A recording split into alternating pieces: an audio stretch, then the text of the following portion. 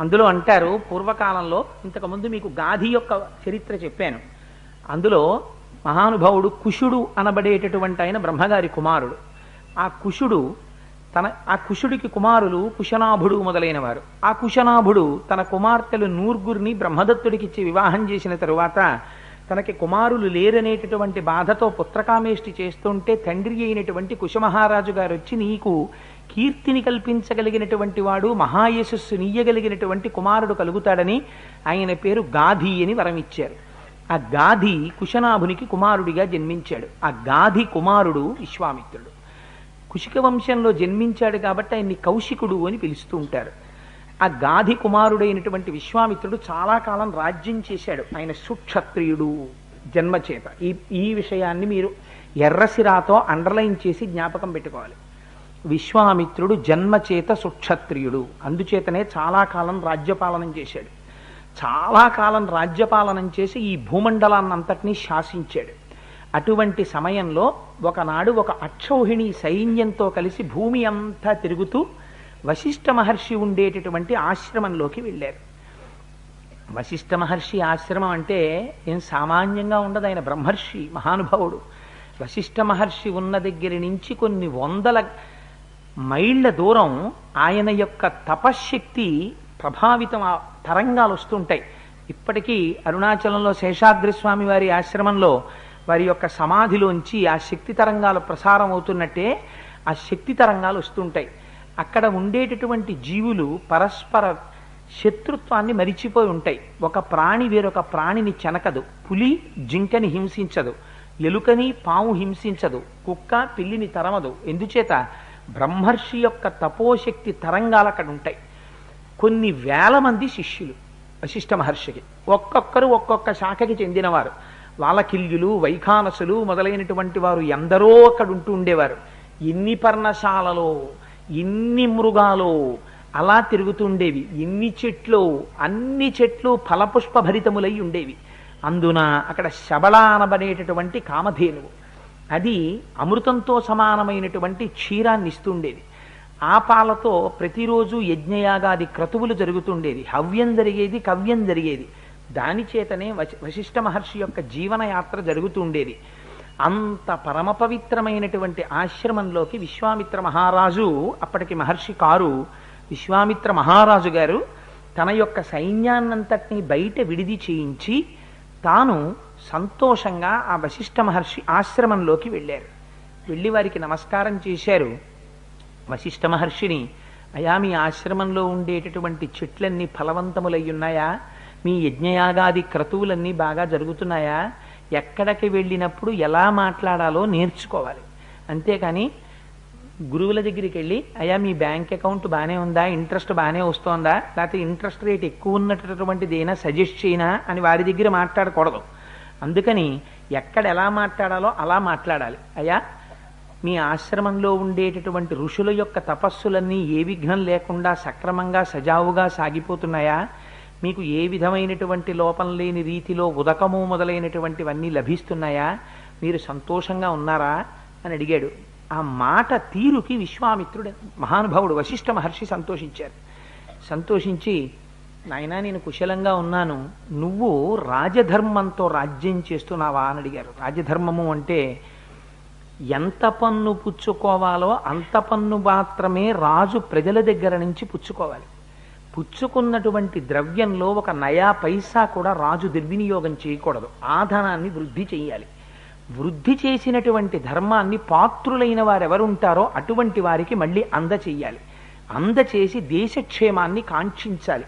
ఇది దీనిని రాజధర్మంతో చక్కగా రాజు తన నడువడిని తెలుసుకుని రాజవృత్తము అని పిలుస్తారు దీన్ని. ఆ రాజవృత్తాన్ని పాటించి రాజ్యపాలనము చేయుట. అలా నువ్వు పరిపాలన చేస్తున్నావా? సామంతులందరూ నీకు లొంగి ఉన్నారా? శత్రువులను జయించావా? నీకు మంత్రులు సక్రమంగా సాచివ్యం చేస్తున్నారా అని మీరు రామాయణం చదివితే పాత్రలు ఒకదానితో ఒకటి మాట్లాడుకునేటప్పుడు మీరు ఆ కోణంలో రామాయణం చదవాలి. ఎప్పుడైనా చదివితే ఒక దశరథ మహారాజు గారు భిన్న భిన్న సందర్భాల్లో ఎలా మాట్లాడతారో మీరు చూడాలి.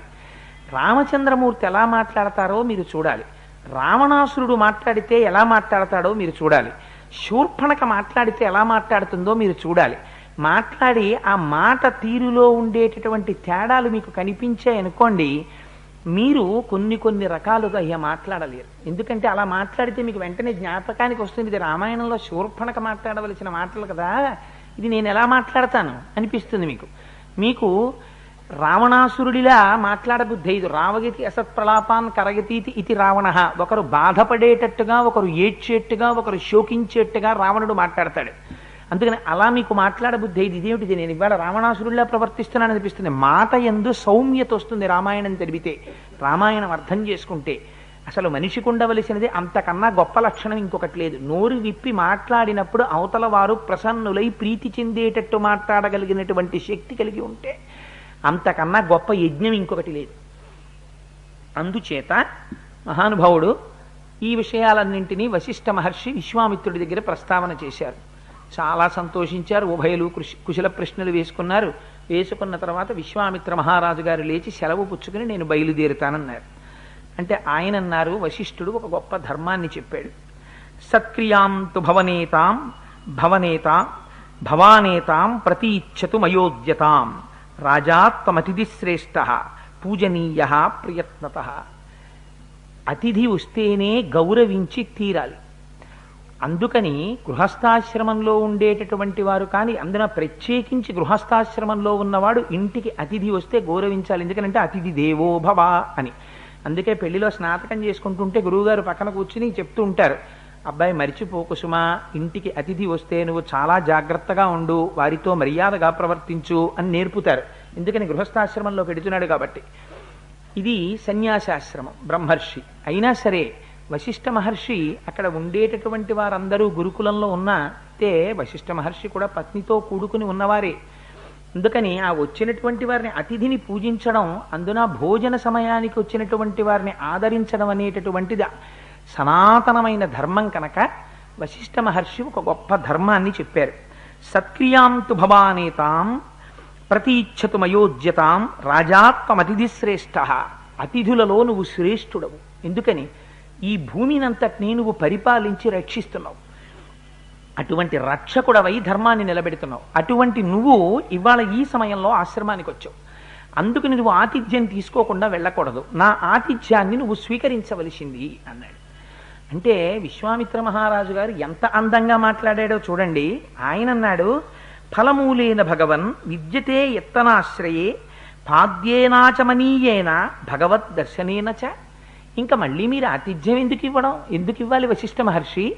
నాకు అర్ఘ్యం ఇచ్చారు, పాద్యం ఇచ్చారు, చేతులు కడుక్కోవడానికి నీళ్ళు ఇచ్చారు, త్రాగటానికి నీళ్ళు ఇచ్చారు, కాళ్ళు కడుక్కోవడానికి నీళ్ళు ఇచ్చారు, అన్నిటినీ మించి మీ దర్శనమైంది. మీరు తినేటటువంటి కందమూలాలు, తేనె ఏమున్నాయో వాటిని నాకు ఇచ్చారు, వాటిని స్వీకరించాను. ఇంకింతకన్నా ఆతిథ్యమే ఉంటుంది. అందుకని నేను చాలా తృప్తి చెందాను. మీరు ఇంతకన్నా శ్రమ తీసుకోకండి, నాకు ఇంతకు మించి ఏదీ అక్కర్లేదు.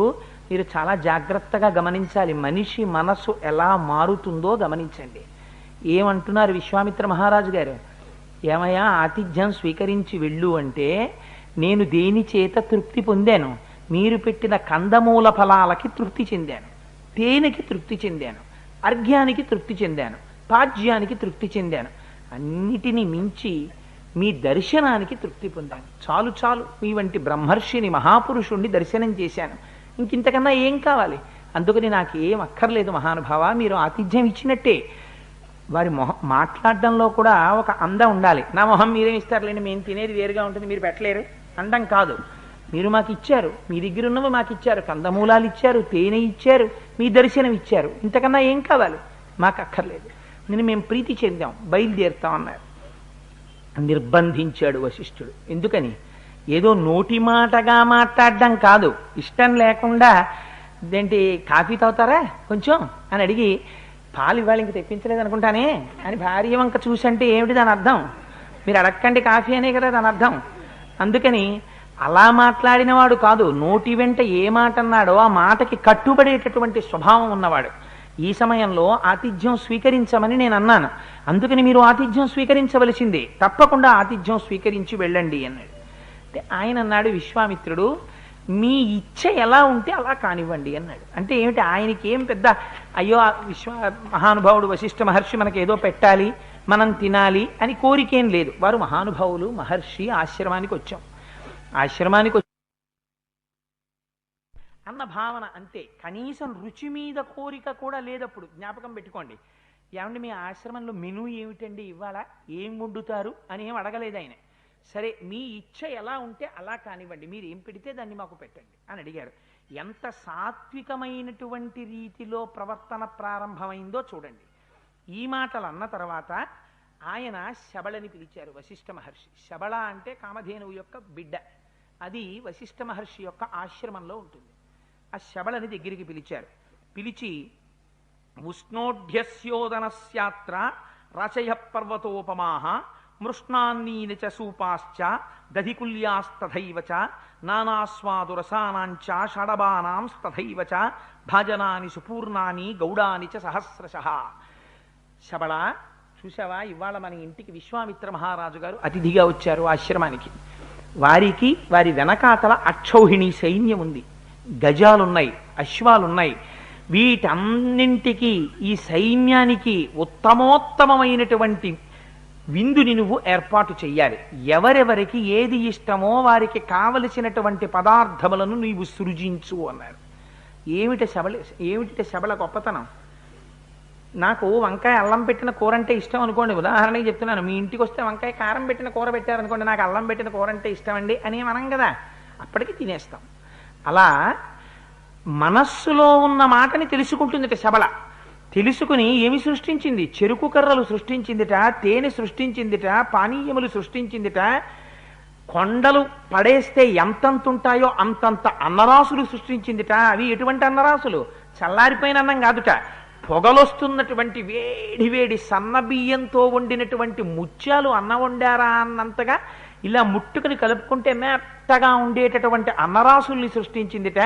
అందులోకి భక్ష్య భోజ్య లేహ్య చోష్యములు, తాగేవి నాకేవి కొరుక్కు తినేవి, కూరలు పచ్చళ్ళు పులుసులు ఎన్ని కావాలంటే అన్ని పదార్థాలని సిద్ధం చేసిందిట. పళ్ళరసాలు సిద్ధం చేసింది, పాలు సిద్ధం చేసింది, తాంబూలాలు సిద్ధం చేసింది, ఇన్ని సిద్ధం చేసింది.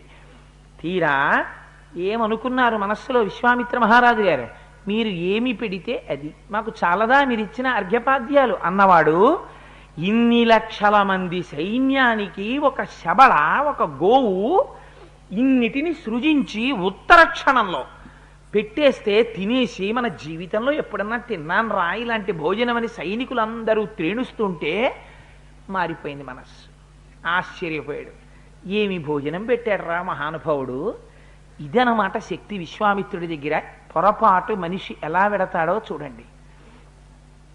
ఇంత బ్రహ్మర్షిని చూసి నమస్కరించిన వాడు బ్రహ్మర్షి మీద గౌరవం వ్యామోహం మీదకి మళ్ళింది, శబళ మీదకి. ఈ శబళ ఇన్నిటిని సృష్టించింది, ఈ శబళ నాది ఎందుకు కాకూడదనుకున్నాడు. పోనీ అర్థిస్తే వేరుగా ఉండేది. ఒక గమ్మత్తైన మాట ఒకటి మాట్లాడాడు. గవాంశత సహస్రేణ దీయతాం శబళామమ. మహానుభావ వశిష్ఠ, నీకు నేను ఆవుల్ని ఇస్తాను. ఎన్ని ఆవుల్ని ఇస్తాను? 1,00,000 ఆవుల్ని ఇస్తాను. ఎంత మూఢత్వం చూడండి. అది ఇన్ని లక్షల మందికి కావలసిన భోజనాన్ని క్షణంలో సిద్ధం చేసింది. అదే శబళ రేపు సీతారామ కళ్యాణం చేస్తున్నారట. శబళ 1,00,000 గోవుల్ని సృజించు, గోపాలకృష్ణ గారు అయ్యప్ప స్వామి దేవాలయం పేరు మీద దానం చేస్తారు అంటే 1,00,000 గోవుల్ని సృజించదా? ఉత్తర క్షణంలో రంగురంగుల గోవులు కర్రలకు కట్టేసి ఉంటాయి. కానీ 1,00,000 గోవుల్ని ఇచ్చి శబళను అడగడం ఏమిటి అసలు? అసలు అదే పొరపాటు. కానీ మనిషి మనస్సు ఎలా మారుతుందో చూడండి. విశ్వామిత్ర మహారాజు గారిది కూడా మారింది. లంచం ఇవ్వడం మొదలుపెట్టాడు.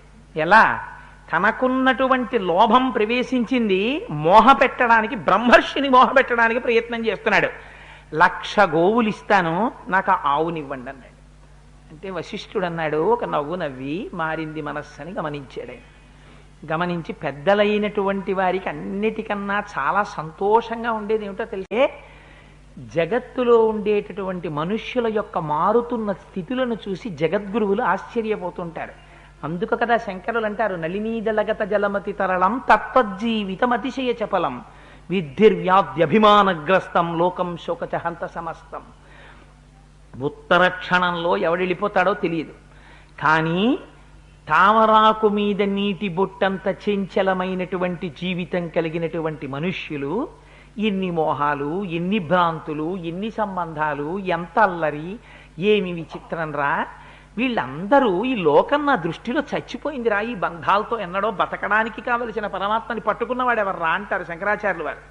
అలా మారుతున్నటువంటి విశ్వామిత్ర మహారాజు గారి యొక్క మనస్థితిని గమనిస్తున్నారు ఆయన. నవ్వి అన్నారు, నువ్వు 1,00,000 గోవులు ఇచ్చినా నేను ఈ శబళని ఇవ్వలేనయ్యా అన్నారు.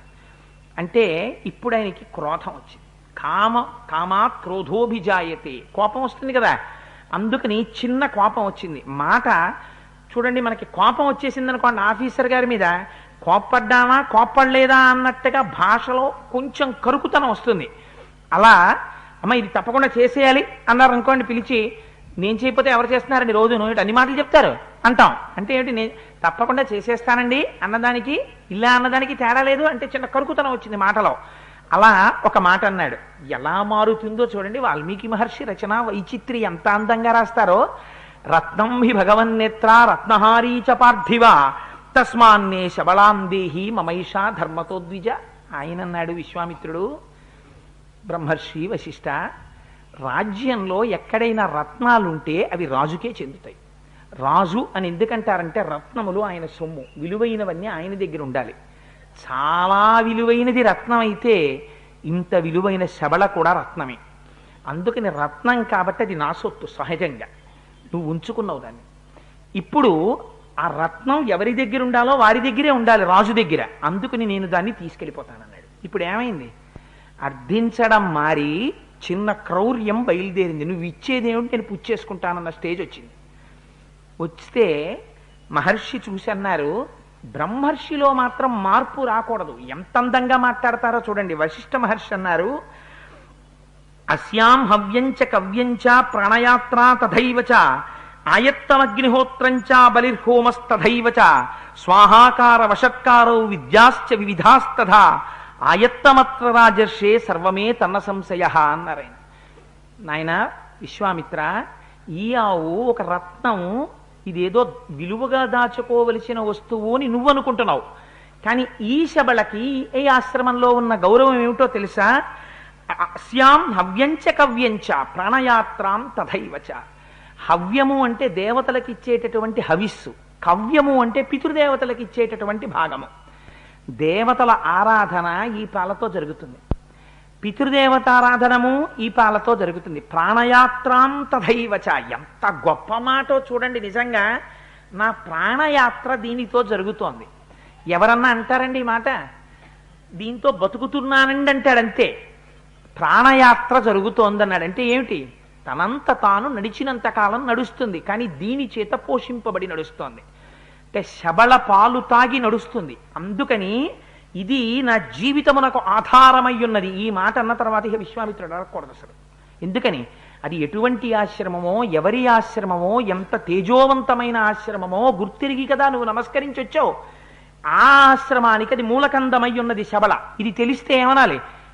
క్షంతవ్యోమే అపరాధ, నా అపరాధాన్ని క్షమించండి గురువుగారు, పొరపాటు అయిపోయింది, మీరు శ్రేయోభివృద్ధిగా ఆ శబళని మీరు వాడుకోండి, నా పొరపాటు మన్నించండి అని వెళ్ళిపోవాలి. అందుకని ఎంత అందమైన మాట బ్రహ్మర్షి చెప్పారో చూడండి. హవ్యం కవ్యం తథైవచ, హవ్యము కవ్యము నా ప్రాణయాత్ర, స్వాహాకార వషత్కారో విద్యాంశ్చ వివిధాస్తథా. స్వాహాకారము వషత్కారము అంటే యజ్ఞయాగాది క్రతువులు, ఇక్కడ జరిగేటటువంటి విద్యాభ్యాసము సమస్తము ఈ శబళ మీద ఆధారపడి ఉన్నాయి. అందుచేత ఈ ఆశ్రమము కానీ, నేను కానీ, నా ప్రాణము కానీ, ఇక్కడ యజ్ఞము కానీ, యాగము కానీ, దేవతారాధనము కానీ, పితృదేవతారాధనము కానీ సమస్తము దీని యందు వశమై ఉన్నాయి. ఇటువంటి ధేనువుని నీకు ఇవ్వడం ఎలా కుదురుతుంది? అందుచేత నేను ఇవ్వలేను అన్నారు. అంటే ఆయన అన్నాడు, 1,00,000 గోవులు కదా ముందన్నాడు. మారలా మనిషిలో ఈ మాట అన్న కొద్దీ పౌరుషం పెరుగుతోంది. ఎందుకని? లోపల నుంచి క్షాత్రధర్మం, లోపల నుంచి క్షత్రియ సహజమైనటువంటి కోపంతో కూడి అధికారముతో కూడినటువంటి కామం పెరుగుతోంది. మామూలు కోరికుండి ఇది వారు తీరిస్తే తప్ప మనం తీర్చుకోలేమురా అన్న కోరిక ఏదో ఒక స్థాయిలో ఆగిపోతుంది. ఎందుకని? అవతలవాడు మనకన్నా పెద్దవాడు, ఆయన చతుర్ముఖ బ్రహ్మగారు అహల్యనివ్వనంటే ఇంద్రుడు ఏం చేస్తాడు? అందుకు ఊరుకుంటాడు. కానీ అవతలవాడు ఋషి ఇప్పుడు ఏమైపోయింది, ఎందుకు వచ్చాడు దర్శనానికి, ఆయన బ్రహ్మర్షి అని వచ్చాడు. ఇప్పుడు ఏమవుతోంది, నేను రాజుని, ఆయన ఋషి, మారుతోంది స్వభావం. నాకన్నా ఆయన తక్కువ వాడన్న భావన వస్తోంది. నేను క్షత్రియుడను, రాజును, నా శాసనమునందున్నవాడు, నా రాజ్యంలో ఒక పర్ణశాల కట్టుకుని ఉన్నవాడు, నా అనుగ్రహం మీద బ్రతుకుతున్నవాడు. ఒక ఆవుని నేను అడిగితే ఇవ్వలేడు, 1,00,000 గోవులు బహుశా సరిపోయి ఉండవు, అందుకు నీ మాట అంటున్నాడు, అందుకని పెంచుతాను కప్ప అని అనుకున్నాడు. అనుకుని ఆ ఆవుకి వెల పెంచడం మొదలుపెట్టాడు. 14,000 ఏనుగులను ఇస్తాను. ఎలాంటి ఏనుగులను ఇస్తానో తెలుసా, వాటి మెళ్లల్లో బంగారు తాళ్ళు ఉంటాయి, వాటిని పొడిచి నడపడానికి బంగారు అంకుశములు ఉంటాయి. అటువంటి 14,000 ఏనుగులను ఇస్తాను. 800 బంగారముతో చేయబడినటువంటి రథములను ఇస్తాను. ఒక్కొక్క రథమునకు 4 గుర్రముల చప్పున పూంచబడి ఉంటాయి. మళ్ళీ ఒక్కొక్క గుర్రమునకు స్వర్ణాభరణములతో అలంకారము చేయబడి ఉంటుంది. అటువంటి 800 బంగారు రథాలను ఇస్తాను. 11,000 గుర్రాలు. ఎటువంటి గుర్రాలు, మంచి వయస్సులో ఉండి గొప్ప గొప్ప దేశాలలో గొప్ప గొప్ప జాతులలో పుట్టినటువంటి గుర్రాలను ఇస్తాను. 1,00,00,000 గోవులను ఇస్తాను. 1,00,000 ఏమైపోయింది, 1,00,00,000 వెళ్ళిపోయింది. 1,00,00,000 గోవులను ఇస్తాను. బంగారము వెండి నే చెప్పను, నువ్వు అడుగు, ఎంత కావాలో అడుగు, ఇచ్చేస్తాను అన్నాడు. ఇవన్నీ వశిష్ఠుడు అడిగితే ఎవరు సృష్టిస్తారు? ఇవి వశిష్ఠుడు కోరుకున్నవాడయ్యుంటే ఆ ఆశ్రమం అరణ్యంలో ఉండక్కర్లేదు, హ్యాబిట్స్ సెంటర్లో ఉండాలి. ఎందుకని, ఎప్పుడో పెద్ద ఎస్టేట్ కింద ఆయన తయారు చేయగలడు. అలా కోరుకున్నవాడు కాదు కాబట్టే తేనెపట్లతోటి, ఆ పెద్ద పెద్ద చెట్లతోటి, పర్ణశాలలతోటి, ఆవులతోటి, సాధుమృగాలతోటి, కొన్ని వేల మంది శిష్యులతోటి, యజ్ఞయాగాది క్రతువులతోటి, హవ్యకవ్యములకు మాత్రమే వినియోగపడేటటువంటి శబళతోటి, అతిథి సత్కారముల కొరకు మాత్రమే ఉపయోగపడింది. ఆయన ఒక మాట అన్నాడు, నా ప్రాణయాత్ర దీని పాలతో జరుగుతోందన్నాడు. ఆయన కూడా ఎప్పుడు నాకు ఈ భోజనం పెట్టని అడగలేదు శబళని. అటువంటి శబళ వశిష్ఠుడే అడిగితే ఇవన్నీ సృష్టించివ్వదా? అయినా లోపల నుంచి కామము క్రోధము, కామము క్రోధము, కామము క్రోధము ఒకదాన్నొకటి పెనవేసుకుని పెరిగిపోతున్నాయి విశ్వామిత్ర మహారాజు గారిలో. కోపం ఎక్కువైపోతోంది, ఎందుకు ఇవ్వడని. అందుకని ఇంకా ఇంకా వెలని పెంచుతున్నాడు. ఏమిటి దాని ఉద్దేశ్యం? వింటున్న వాళ్ళు అనుకోవాలి, ఏంటండి ఆయన రాజ్యంలో ఉన్నాడు, పాపం అన్ని ఇస్తా అన్నాడు, 14,000 ఏనుగులు ఇస్తా అన్నాడు, అవన్నీ తీసుకోక ఎందుకండి ఈయనకి, ఓ ఆవుదోండి ఇమ్మంటే ఇవ్వడో అని అవతల వాడు అనాలి. అందుకని చూడండి, అంటే మనిషిలో ఉండేటటువంటి స్వభావంలో మార్పు ఎలా, నువ్వు ఇచ్చిన అర్ఘ్యపాద్యాలు నాకు చాలవా, నీ దర్శనం నాకు చాలదా అన్నవాడు ఇన్ని ఇస్తాను నాకు శబళను ఎందుకు ఇవ్వమంటున్నాడు. అంటే ఆయన అన్నాడు, అబ్బాయి నువ్వు ఏదైనా ఇయ్యి, నేను ఇక మాటలాడను. మాటలు ఎందుకు, నేను ఇంకా మాట్లాడాను అనుకో, ఎన్ని మాటలు చెప్పినా నేనేం చెప్పాలి, నేను ఇదే చెప్తాను. ఎందుకంటే నేను ఇంకా అసత్యం చెప్పను కనుక, ఉన్న సత్యమే చెప్పాలి. అందుకని ఎన్ని మాటలు చెప్పినా ఏం చెప్పాలి, హవ్యం కవ్యం దాని మీద ఉన్నాయా, స్వాహాకార వషత్కారో విద్యాంశ వివిధాంస్తథా అని చెప్తాలి. నువ్వేం చెప్తావు, రేట్లు పెంచుతావు. ఇంకా కాసేపు ఆగితే ఏం చేస్తావు, అర్ధరాజ్యం ఇస్తానంటావు. కానీ అవన్నీ పుచ్చుకోవాలని నాకు కోరిక లేదు, అందుకని నీతో మాట్లాడను. ఎందుకు మాట్లాడనన్నాడో చూడండి. అవతలవాని యొక్క స్వభావం అలా మారుతుండగా మౌనమే ఆశ్రయణీయము. అందుకని ఏం చేశారు ఆయన, బ్రహ్మర్షి కనుక మారుతున్న స్వభావం మీద మీరు మరింత విసినికర్రతో విసిరారనుకోండి, మీరు ఇంకా మాట్లాడుతున్నారనుకోండి, అవతల వారిలో ఏం పెరుగుతుంది, కామ క్రోధాలు పెరిగిపోతాయి. ఆఖరికి చిట్ట చివర ఆ క్రోధము అగ్నిహోత్రం అయిపోతుంది. అందుకని ఆ స్థాయి రాకూడదని, ఆ పాపం తన వల్ల కలగకూడదని ఆయన మౌనం వహించాడు. ఒక్కొక్క సందర్భంలో ఎటువంటి జ్ఞాని కూడా ఎందుకు మౌనం పాటించాలో శాస్త్రం మనకి నేర్పింది, వశిష్ఠుడి జీవిత చరిత్ర. అందుకని మౌనం పాటిస్తే కోపం వచ్చింది మహానుభావుడికి. కామధేనుం వశిష్ఠోపి యదానత్యజతే ముని తదాస్య శబళాం రామ విశ్వామిత్రోన్వకర్షత. దాని మెళ్ళో తాడు పట్టుకుని సైన్యాన్ని పిలిచి, ఈయన ఇవ్వడం ఏమిటి, నేను పుచ్చుకోవడం ఏమిటి, రత్నం విభగవన్నేత్ర రత్నహారీ చ పార్థివ తస్మాన్నో శబళాం దేహి మమైషా ధర్మతోద్విజ. ఇది రత్నం, ఇది నాకు చెందుతుంది. ఈయన దగ్గర ఉంచుకున్నాడు ఇన్నాళ్ళు, ఈయన దగ్గర దీన్ని ఉంచవలసిన అవసరం ఏం లేదు. అడిగాను పోనీ ఏవో ఇస్తానని, ఎంత అడిగినా బెట్టు చేస్తున్నాడు, తీసుకుపోండి అన్నాడు అని దాన్ని మెడలో పాశం పట్టుకుని గట్టిగా లాగి సైనికులు తప్పజెప్పాడు. దాన్ని ఈడ్చుకుంటూ తీసుకెళ్ళిపోతున్నారు. తీసుకెళ్ళిపోతుంటే అబలయైనటువంటి స్త్రీ ఎలా ఏడుస్తుందో ఆ శబళ అలా కన్నులంబట నీరు కారుస్తోంది. ఎందుకని, కోరికలు కోరుకునేటటువంటి వాళ్ళ దగ్గరికి వెళ్ళి ఉండాలని, రజస్తమో గుణములతో కూడుకున్నటువంటి వాళ్ళ దగ్గర ఉండాలని కోరుకోదు కామధేనువు. అందుకే మనలాంటి వాళ్ళకి కామధేనువుల్ని ఇస్తే ఎంత ప్రమాదమో చూడండి. నిజంగా మనకి ప్రమాదం. అందుకే భగవానుడు ఇవ్వడు. వీడికి ఇస్తే ప్రమాదం రా పాపం, లేనిపోని ప్రమాదం ఉత్తరక్షణంలో తెచ్చేసుకుంటాడని ఇవ్వరు. ఒక్కొక్కడు ఎంత మౌఢ్యం ఉంటుందంటే చెప్పిన మాట వినడు. ఒక గురువుగారు ఉపన్యాసం చెప్తున్నట్టు శిష్యుల్ని కూర్చోబెట్టుకుని, రే భగవంతుని ఆజ్ఞ అని ఒకటి ఉంటుంది. ఆ భగవంతుని ఆజ్ఞ ఎవరు తప్పించలేరు, ఇక్కడ రాసేస్తాడు రా ఈశ్వరుడు అన్నాడు.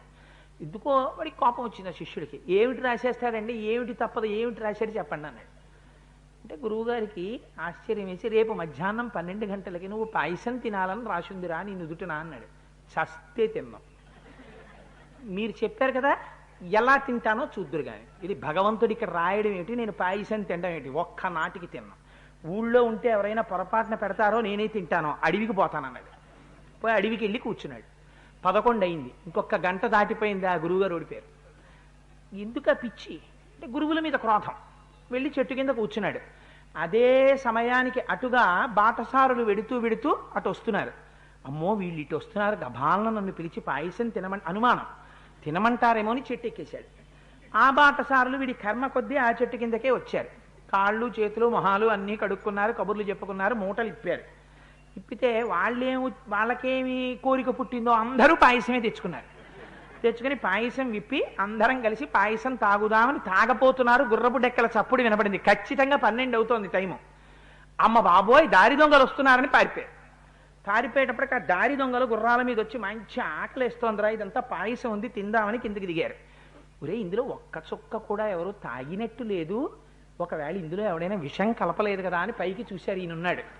నువ్వు ఇలా కిందకి దిగరా అన్నారు. దింపారు. ఎరా నువ్వు ఇందులో విషం కలిపావా అన్నారు. మహాప్రభో నాకు అసలు ఏమీ తెలియదు, వాళ్ళు ఎవరో పెట్టారన్నారు. నువ్వైతే ముందు తాగన్నారు. అయ్యో పాయసం తప్ప ఏదైనా తాగుతానన్నాడు. అమ్మ అయితే వీడికే తెలిసి ఇందులో రహస్యం, నువ్వు తాగుతావా పొడి చేయవా అన్నాడు. ఏం చేస్తాడు, ఖచ్చితంగా 12 పాయసం తాగాడు. వాడికి ఏం అవ్వలేదు, అవ్వాల్సింది అయిపోయింది. చాలదు. అందుకని ఒక్కొక్కడి మూర్ఖత్వం అంతే. ఆ కామక్రోధాలు లోపల విజృంభించిపోయి అనుకోండి, విజృంభించిపోతే ఎంతటి తెంపరి పనినే చేసేస్తాడు. తీసుకుపోతున్నాడు ఆ శబళని. పాపం ఆ ధేనువు ఏడుస్తోంది, కన్నులంబట నీరు కారుస్తోంది. ఏ విధంగా అయితే ఒక అబల ఆర్తనాదం చేస్తుందో అలా ఆర్తనాదం చేస్తోంది. వింటున్నాడు వశిష్ఠ మహర్షి. వశిష్ఠ మహర్షి బ్రహ్మర్షి, ఆయన తలుచుకుంటే ఏదైనా చెయ్యగలడు. కానీ చెయ్యకూడదా? చేస్తే ఆయన కూడా కామక్రోధాలకు వశుడైపోయినట్టే లెక్క. వాడిన ఆవెత్తుకుపోతున్నాడు, వాడి సంగతి చూస్తానని ఈయన మంత్రాలు వేసేసి గబగబా సృష్టించేశాడు అనుకోండి. అంటే ఆవు తనకు కావాలన్న కోరిక తనకు ఉన్నట్టేగా, తనకి స్వార్థం ఉన్నట్టేగా. ఏమీ మాట్లాడలేదు, నిశ్శబ్దంగా కూర్చున్నాడు. కూర్చుంటే ఆ వెళ్ళిపోతున్నటువంటి కామధేనువుకి అనుమానం వచ్చింది. నన్ను విశ్వామిత్రుడు ఎత్తుకుపోతున్నాడా, లేకపోతే వశిష్ఠ మహర్షి పరిత్యజించాడా, నన్ను విడిచిపెట్టాడా? ఎంత గొప్ప అనుమానమో చూడండి. విశ్వామిత్రుడు తీసుకెళ్ళగలడా వశిష్ఠుడు ఇవ్వకపోతే? నేనివ్వను అన్న మాట మీద వశిష్ఠుడు నిలబడితే తరమే విశ్వామిత్రుడికి తీసుకెళ్ళడం. అంటే కామధేనువుకి తెలుసు ఒక రహస్యం. శబళకి క్షత్రియ బలం కన్నా బ్రహ్మతేజం గొప్పది. వశిష్ఠ మహర్షి యొక్క శక్తి ముందు విశ్వామిత్ర శక్తి సరిపోదు, రాచశక్తి చాలదు. ఎంత అక్షౌహిణీ సైన్యమున్నా నిలబడలేడు. ఇది తెలుసు కాబట్టి ఆయన విడిచిపెట్టకపోతే వీడు నన్ను ఎలా తీసుకెళ్ళగలుగుతున్నాడు? ఎందుకు విడిచిపెట్టాలి నన్ను అంటే, నా వల్ల ఏదో పాపం ఉండాలి, లేదా నేనేదో పొరపాటు చేసి ఉండాలి. ఈ రెండూ లేకపోతే నన్ను బ్రహ్మర్షి విడిచిపెట్టారు. నేను పాపం చేశానా, నేను పొరపాటు చేశానా? ఈ రెండూ నేను చేసి ఉంటే నేను క్షమార్పణ వశిష్ఠుడికి చెప్పుకోవాలి. చెప్పుకొని వశిష్ఠుడు బ్రహ్మర్షి క్షమిస్తాడు. క్షమిస్తే నువ్వు ఉండు, నీ తప్పు క్షమించాను అన్నాడా, ఇంకా నేనుండడం నా శక్తిలో ఉండదు, వశిష్ఠుడే చూసుకుంటాడు నా సంగతి. అందుకని నేను వశిష్ఠుడిని అడగాలి వెళ్ళి అనుకుని అది తాడు విడిపించుకుని పరిగెత్తుకుంటూ మరి వశిష్ఠుడి దగ్గరికి వెళ్ళింది. ఏమి ధర్మమో చూడండి. నిజంగా గబగబా వెళ్ళి వశిష్ఠ మహర్షి ముందు నిలబడింది. పెద్ద అంబారావం చేసింది. మేఘం మాట్లాడితే ఎలా ఉంటుందో అటువంటి ధ్వనితో మాట్లాడింది. సత్వాం త్యజామి శబళేనాపి మే సకృతం త్వయా ఏషత్వాం నయతే రాజా బలాన్మత్తో మహాబలః. నువ్వు నన్ను విడిచిపెట్టావా అని అడిగింది. అడిగితే ఆయన అన్నాడు, నేను నిన్ను విడిచిపెట్టలేదు. నత్వాం త్యజామి శబళే, నేను శబళ నిన్ను విడిచిపెట్టలేదు. ఆ విశ్వామిత్రుడే నిన్ను బలాత్కారంగా తీసుకుపోయాడు. అయితే నువ్వెందుకు నన్ను రక్షించలేదని అడుగుతావేమో. అతను భూమికి ప్రభువు. ప్రభువైనటువంటి వాణ్ణి నిష్కారణంగా అక్షౌహిణి సైన్యంతో ఉన్నవాణ్ణి రాజు విష్ణువాంశలో ఉంటాడు.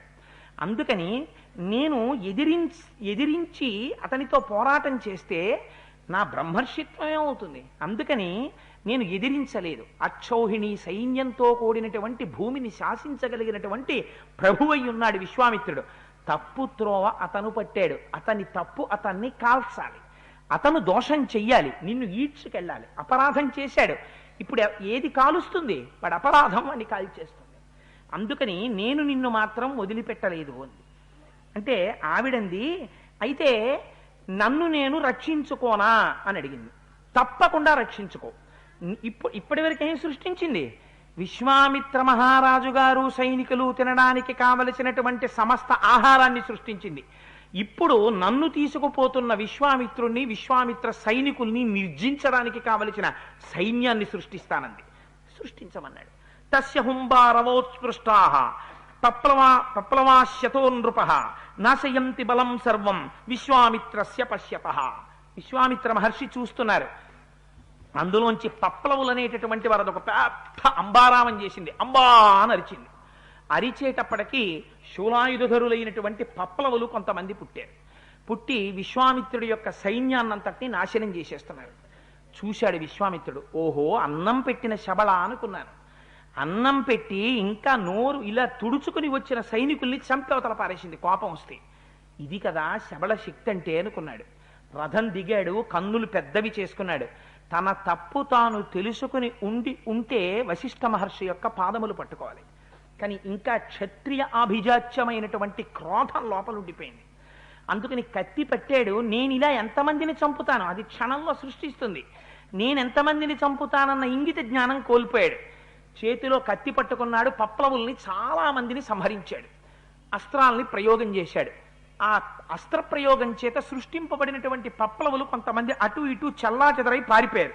పారిపోయిన తర్వాత అది పప్లవులతో పాటుగా యవనుల్ని కూడా సృష్టించింది. వారందరూ వచ్చి విశ్వామిత్రుడి యొక్క సైన్యాన్ని తుడిచిపెట్టేయడం ప్రారంభం చేశారు.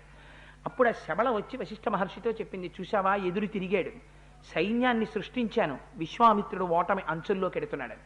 అంటే ఆయన అన్నాడు, ఇంకా యథేచ్ఛగా సృష్టి చేయి సైన్యాన్ని అన్నాడు.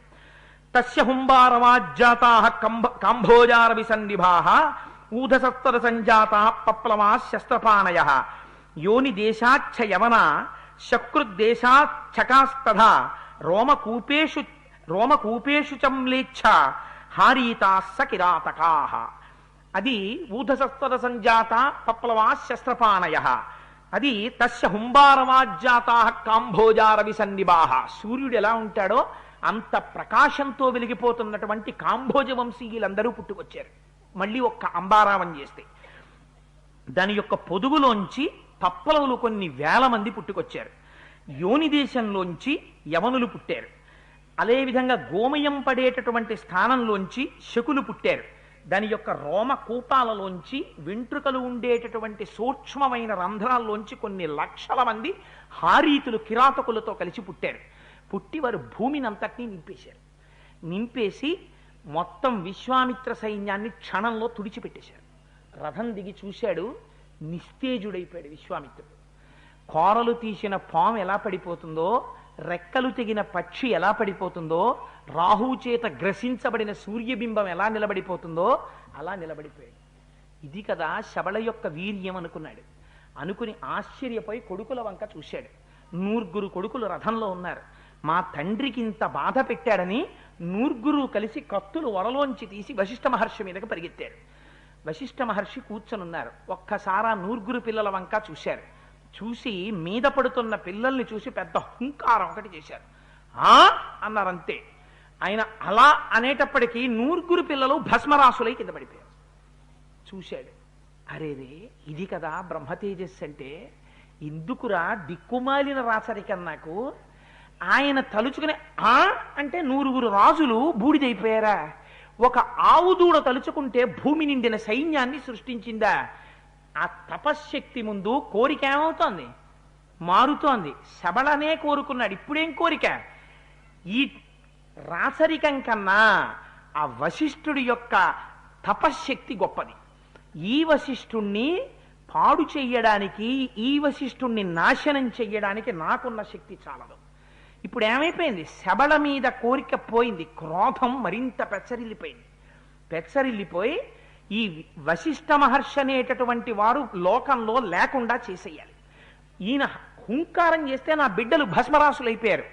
అందుకని ఈయనతో యుద్ధం చేయడానికి మామూలమైన అస్త్రశస్త్రాలు సరిపో, ధనుర్వేదంలో ఉన్న సమస్త్రాస్త్రాలు నాకు తెలియాలి. అందుకని బయలుదేరుతానన్నాడు. ఎక్కడికి వెళ్ళిపోయాడు? ఇంటికి వెళ్ళాడు. ఒక కుమారుని పిలిచాడు. ఒరే నాన్న, నువ్వు మిగిలేవురా, నువ్వు క్షాత్రియ ధర్మం ఛాత్రధర్మంతో రాజ్యం చెయ్యి అని సింహాసనం మీద కూర్చోపెట్టాడు. తను హిమాలయ పర్వత ప్రాంతాలకు వెళ్ళిపోయాడు. వెళ్ళిపోయి సగత్వా హిమవత్ పార్శ్వం కిన్నరోరగసేవితాం మహాదేవ ప్రసాదార్థం తపస్తేపే మహాతపాహ. అక్కడికి వెళ్ళి ఆ హిమాలయ పర్వత శిఖరముల మీద కూర్చుని కిన్నరులు ఉరగులు వాళ్ళందరూ తిరుగుతున్నటువంటి ఆ పర్వత శిఖరం మీద మహాదేవుడైనటువంటి పరమశివుడి గురించి తపస్సు మొదలెట్టాడు. ఘోరాతి ఘోరమైనటువంటి తపస్సు చేశాడు. ఎందుకని? లోపల కడుపు మంటుంది వశిష్ఠుణ్ణి జయించాలని. తపస్సు చేస్తే పరమశివుడికి ఏమిటి, లోపల కోరిక ఆయనకు అనవసరం. తపస్సు చేశాడా లేదా? అంత ఘోరమైన తపస్సు చేశాడు. ఆయన ప్రత్యక్షమయ్యాడు. కేనచిత్వదకాలేన దేవేశో వృషభధ్వజ దర్శయామాస వరదో విశ్వామిత్రం మహాబలం కిమర్థం తపసే రాజన్ బ్రూహియత్తే వివక్షితం వరదోస్మి వరోయస్తే కాంక్షిత శోభిదీయతాం. వృషభధ్వజుడైనటువంటి పరమశివుడు ప్రత్యక్షమై, విశ్వామిత్ర, ఈ దేనికోసమయ్యా ఇంత ఘోరమైన తపస్సు చేశావు నా దర్శనానికి? నీ మనస్సులో ఏం కోరికుంది చెప్పు, నీకు ఏ కోరికుంటే ఆ కోరికని తీర్చేస్తానన్నాడు. అంటే ఆయన అన్నాడు, ఇతి తుష్టో మహాదేవా ధనుర్వేదో మమానఘ సాంగోపాంగోపనిషదజ్జుష్ట రహస్య ప్రదీయతాం. మహాదేవా, నిజంగా నువ్వు నా తపస్సు పట్ల ఆనుకూల్యమును వహించిన వాడివైతే, ప్రీతి చెందిన వాడవైతే, నేను ఎవ్వరి దగ్గరికి వెళ్ళి ధనుర్వేదాన్ని ఉపదేశం పొందను. ధనుర్వేదంలో ఎన్ని రకాల అస్త్రాలున్నాయో, అస్త్రాలంటే బ్రహ్మాస్త్రం, ఇంద్రాస్త్రం, వారుణాస్త్రం, ఆగ్నేయాస్త్రం, గరుడాస్త్రం, ఇలాంటి అస్త్రాలు ఎన్నున్నాయో, ఎన్ని రకాల పిడుగులున్నాయో, ఎన్ని రకాలైనటువంటి మొన్న చెప్పానే రోకళ్ళల్లాంటివి రాక్షసాస్త్రాలు మొదలైనవి ఎన్నున్నాయో, ఎన్ని ఆయుధాలున్నాయో, అవన్నీ రహస్యంతో సహా సాంగోపాంగోపనిషదస్య రహస్య ప్రదీయతాం. నాకు ఆ రహస్యములన్నీ భాషించాలి. నువ్వు కూర్చోపెట్టి క్లాస్ చెప్తానంటే కుదరదు. నీకు ఒక్కొక్కటి నేర్పుతాను రా, బ్రహ్మాస్త్రం ఇది ఉపదేశం తీసుకో, మంత్రం చెప్తాను అంటే కూడా నేను పుచ్చుకోను. నువ్వు తథాస్తు అనాలి, నాకు వచ్చేయాలంతే, అన్ని ఇన్స్టెంట్గా వచ్చేయాలి. ఎందుకో నా కోపం ఆగట్లేదు, నేను వెళ్ళిపోవాలి, వశిష్ఠుడి మీద ప్రయోగం చేయాలి అవన్నీ. యదితుష్టో మహాదేవ, నిజంగా నా తపస్సు నీకు ప్రీతి కలిగిస్తే అలా అన్నాడు. అంటే ఆయన అన్నాడు, ఏ వెర్రితో చేస్తే ఏమిటి, గొప్ప తపస్సు చేశావు, నాకు అనవసరం. తథాస్తు, నువ్వు ఎలా అనుకుంటున్నావో అలా అవుతుందన్నాడు. ఏమైంది? ప్రపంచంలో ఉన్న సమస్తాస్త్రములు ఆయనకి భాషించాయి లోపల. వెంటనే పౌర్ణమి నాడు సముద్రం ఎలా ఉప్పొంగుతుందో అలా ఉప్పొంగాడు. ఎందుకని? ఇప్పుడు పడతా వశిష్ఠుడి పని, ఇది సంతోషం. గబగబా రథం ఎక్కాడు, బయలుదేరి వెళ్ళాడు. వశిష్ఠ మహర్షి ఆశ్రమానికి వెళ్ళాడు. చూశాడు, ఓహో చెట్లు, ఎక్కడ చూసినా పళ్ళు, లేళ్లు, దుప్పులు, జింకలు అన్నీ ఆడుకుంటున్నాయి. యజ్ఞం జరుగుతోంది, యాగం జరుగుతోంది. శిష్యులందరూ కూర్చుని ఏదో చక్కగా వేదం అంతా నేర్చుకుంటున్నారు. గురువులు కూర్చుని అరుగుల మీద వేదం చెప్తున్నారు. చెట్ల మొదళ్లలో అరుగుల మీద కొందరు కూర్చున్నారు, శిష్యులు కింద కూర్చున్నారు. ఇంత పవిత్రమైన వాతావరణం. కానీ ఈ పవిత్రత విశ్వామిత్ర మహారాజు గారి యొక్క మనస్సుకి శాంతినివ్వలేకపోయింది. చూశారా, ఎక్కడుండాలి శాంతి? ఇక్కడుండాలి.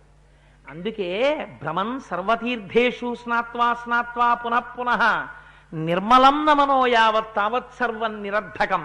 ఇక్కడ శాంతి లేనప్పుడు ఎక్కడికెడితే శాంతి వస్తుంది? ఇక్కడ ఉండాలి ముందు ప్రాథమికంగా.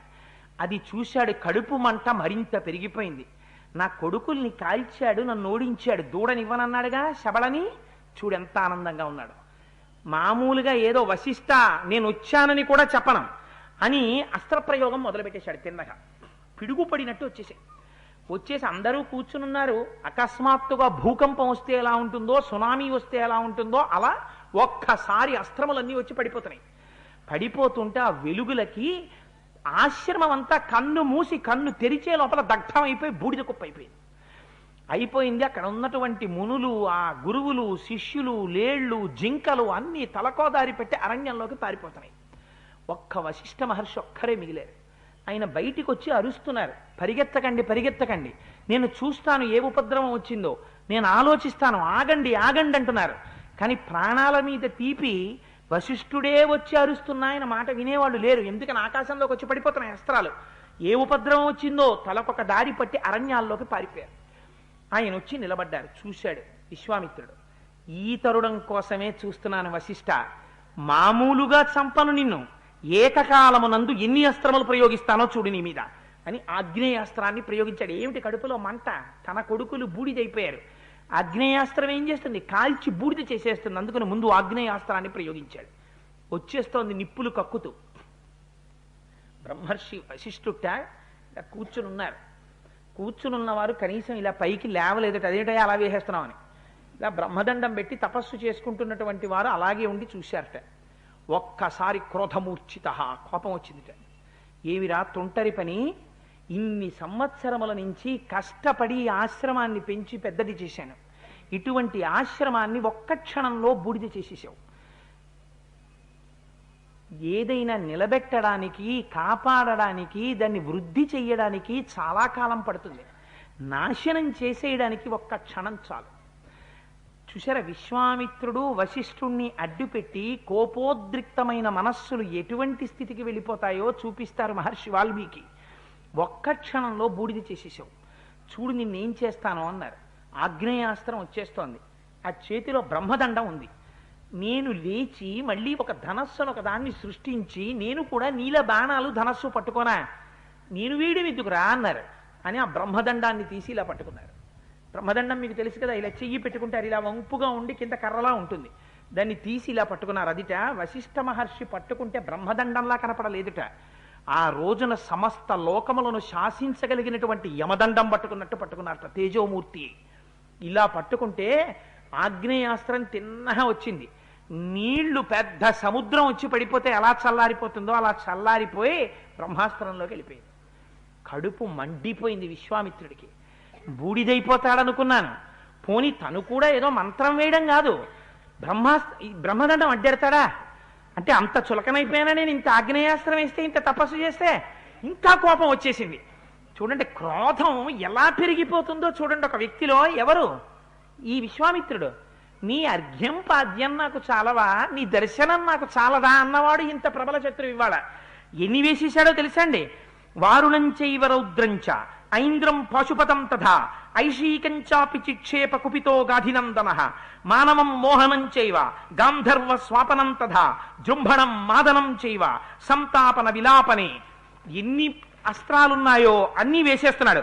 శోషణం దారణం చైవ వజ్రమస్త్రం సుదుర్జయం బ్రహ్మపాశం కాలపాశం వారుణం పాశమేవచ పైనకాస్త్రంచ దయితం శుష్కార్ధ్రే అశనీయుభే చండాస్త్రమధ పైశాచం క్రౌంచమస్త్రం తథైవచ ధర్మచక్రం కాలచక్రం విష్ణుచక్రం తథైవచ వాయవ్యమధనం చైవ అస్త్రం హయశిరస్తథా శక్తిద్వయంచ చిక్షేప కంకాళం ముసలం తథా వైద్యాధరం మహాస్త్రంచ కాలాస్త్రమధ దారుణం త్రిశూలమస్త్రం ఘోరంచ కాపాలమధ కంకణం ఏకన్యాస్త్రాన్ని చిక్షేప సర్వాణి రఘునందన.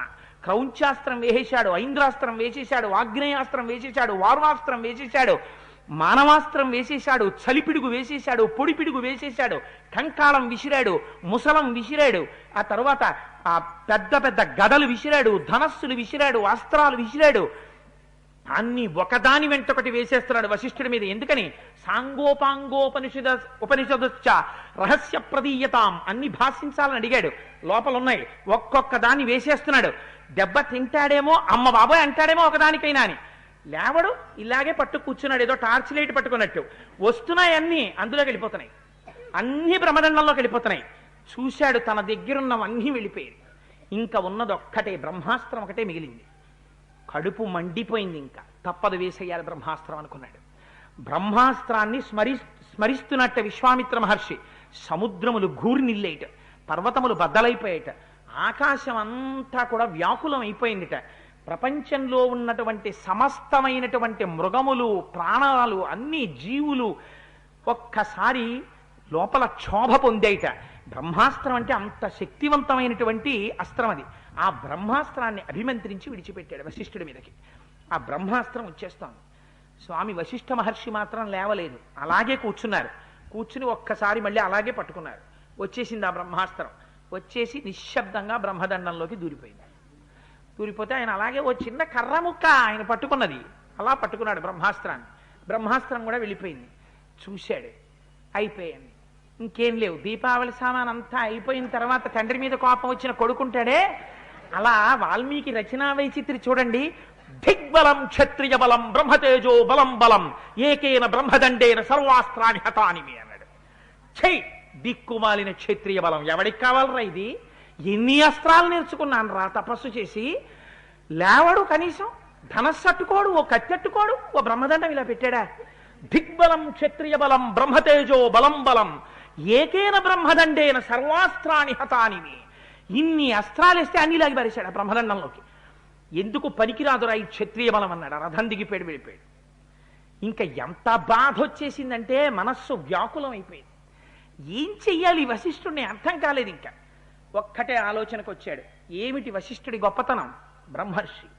నాకేమిట్లేదు, నేను బ్రహ్మర్షిని కాను, అందుకేగా కూర్చుని బ్రహ్మదండం పెడితే నేను ఎందుకు పనికి రాకుండా పోయాను, నేను అవుతాను బ్రహ్మర్షిని అన్నాడు. అంత తేలిక బ్రహ్మర్షి అవ్వడం? ఇన్ని కామక్రోధాలు లోపల పెట్టుకుని బయలుదేరాడు. బయలుదేరి ఎక్కడికి వెళ్ళిపోయాడు? ఒక్కసారి దక్షిణ దిక్కుకు వెళ్ళిపోయాడు. సదక్షిణాం దిశంగత్వా మహిష్యా సహ రాఘవ తథాప పరమం ఘోరం విశ్వామిత్రో మహోత్తప. దక్షిణ దిక్కుకెళ్ళి ఘోరాతి ఘోరమైనటువంటి తపస్సుని ప్రారంభం చేశాడు. ఎంత ఘోరమైన తపస్సు అంటే ఇంకా సామాన్యమైన తపస్సు కాదు. ఆ తపస్సులో ఎన్నాళ్ళు కూర్చున్నట్టు అలాగా. అంటే ఎన్ని నియమాలు పాటించాలో అన్ని నియమాలు పాటించాడు. భార్యని కూడా తీసుకుని వెళ్ళాడు, పెద్ద భార్యని తీసుకుని వెళ్ళి పూర్ణే వర్ష సహస్రేతు బ్రహ్మా లోకపితామహాహ, బ్రహ్మగారు సంతోషించేటట్టుగా 1000 సంవత్సరములు కూర్చుని తపస్సు చేశాడు. అన్ని నియమాలు పాటిస్తూ భార్యతో ఉంటే ఈ కాలంలోనే ఆయనకి 4 కుమారులు కూడా పుట్టారు. హవిష్యందుడు, మధుస్యందుడు, దృఢనేత్రుడు, మహారథుడు అని 4 కుమారులు పుట్టారు. 1000 సంవత్సరములు ఘోరాతి ఘోరమైన తపస్సు చేశాడంటే అన్ని నియమాలు పాటించాడు. చతుర్ముఖ బ్రహ్మగారు ప్రీతి చెందారు. అబ్బో ఏమి తపస్సు చేశాడు రా మహానుభావుడు అనుకున్నాడు. ఆయనకి రాగద్వేషాలు ఉండవు. తపస్సు చేశాడా లేదా వాళ్ళకి కావలసింది. తపస్సు చేశాడు. ఒక్కసారి ప్రత్యక్షమయ్యారు.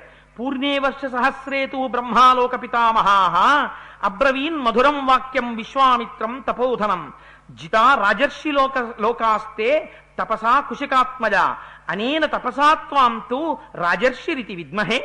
నాయన, నువ్వు చేసినటువంటి అద్భుతమైనటువంటి తపస్సు చేత రాజర్షి లోకాలన్నింటినీ గెలిచావు. ఇవాళ నుంచి నిన్ను రాజర్షి విశ్వామిత్రుడు అని పిలుస్తారు. విశ్వామిత్ర మహారాజు అని పిలవరు, రాజర్షి విశ్వామిత్రుడు అంటారన్నారు. చిన్నబుచ్చుకున్నాడు. ఏమిటో 1000 సంవత్సరాలు తపస్సు చేశాను, ఏమైంది చేస్తే? రాజర్షి అన్నాడు బ్రహ్మగారు నన్ను.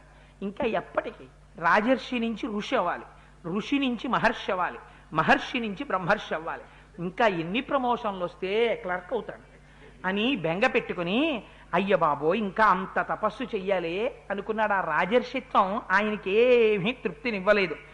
ఆ దక్షిణ దిక్కున అలా ఉండగా ఒక విచిత్రమైనటువంటి సంఘటన జరిగింది. రాజర్షి మాత్రమే అవగలిగాని మళ్ళీ తపస్సు చెయ్యాలి నేను, ఘోరమైన తపస్సు అనుకుంటున్నాడు. ఇంతలో ఇక్ష్వాకు వంశంలో ఆ కాలంలో త్రిశంకువు అనేటటువంటి మహారాజు గారు పరిపాలిస్తుండేవాడు. ఆ రాజుగారికి ఒక కోరిక కలిగింది, శరీరం మీద వ్యామోహం. అందుకని ఏమిటి, మళ్ళీ స్వర్గానికి వెళ్ళిపోతే చాలదు, మిగిలిన వాళ్ళకన్నా ఏదో తనకొక కొత్తతనం ఉండాలి.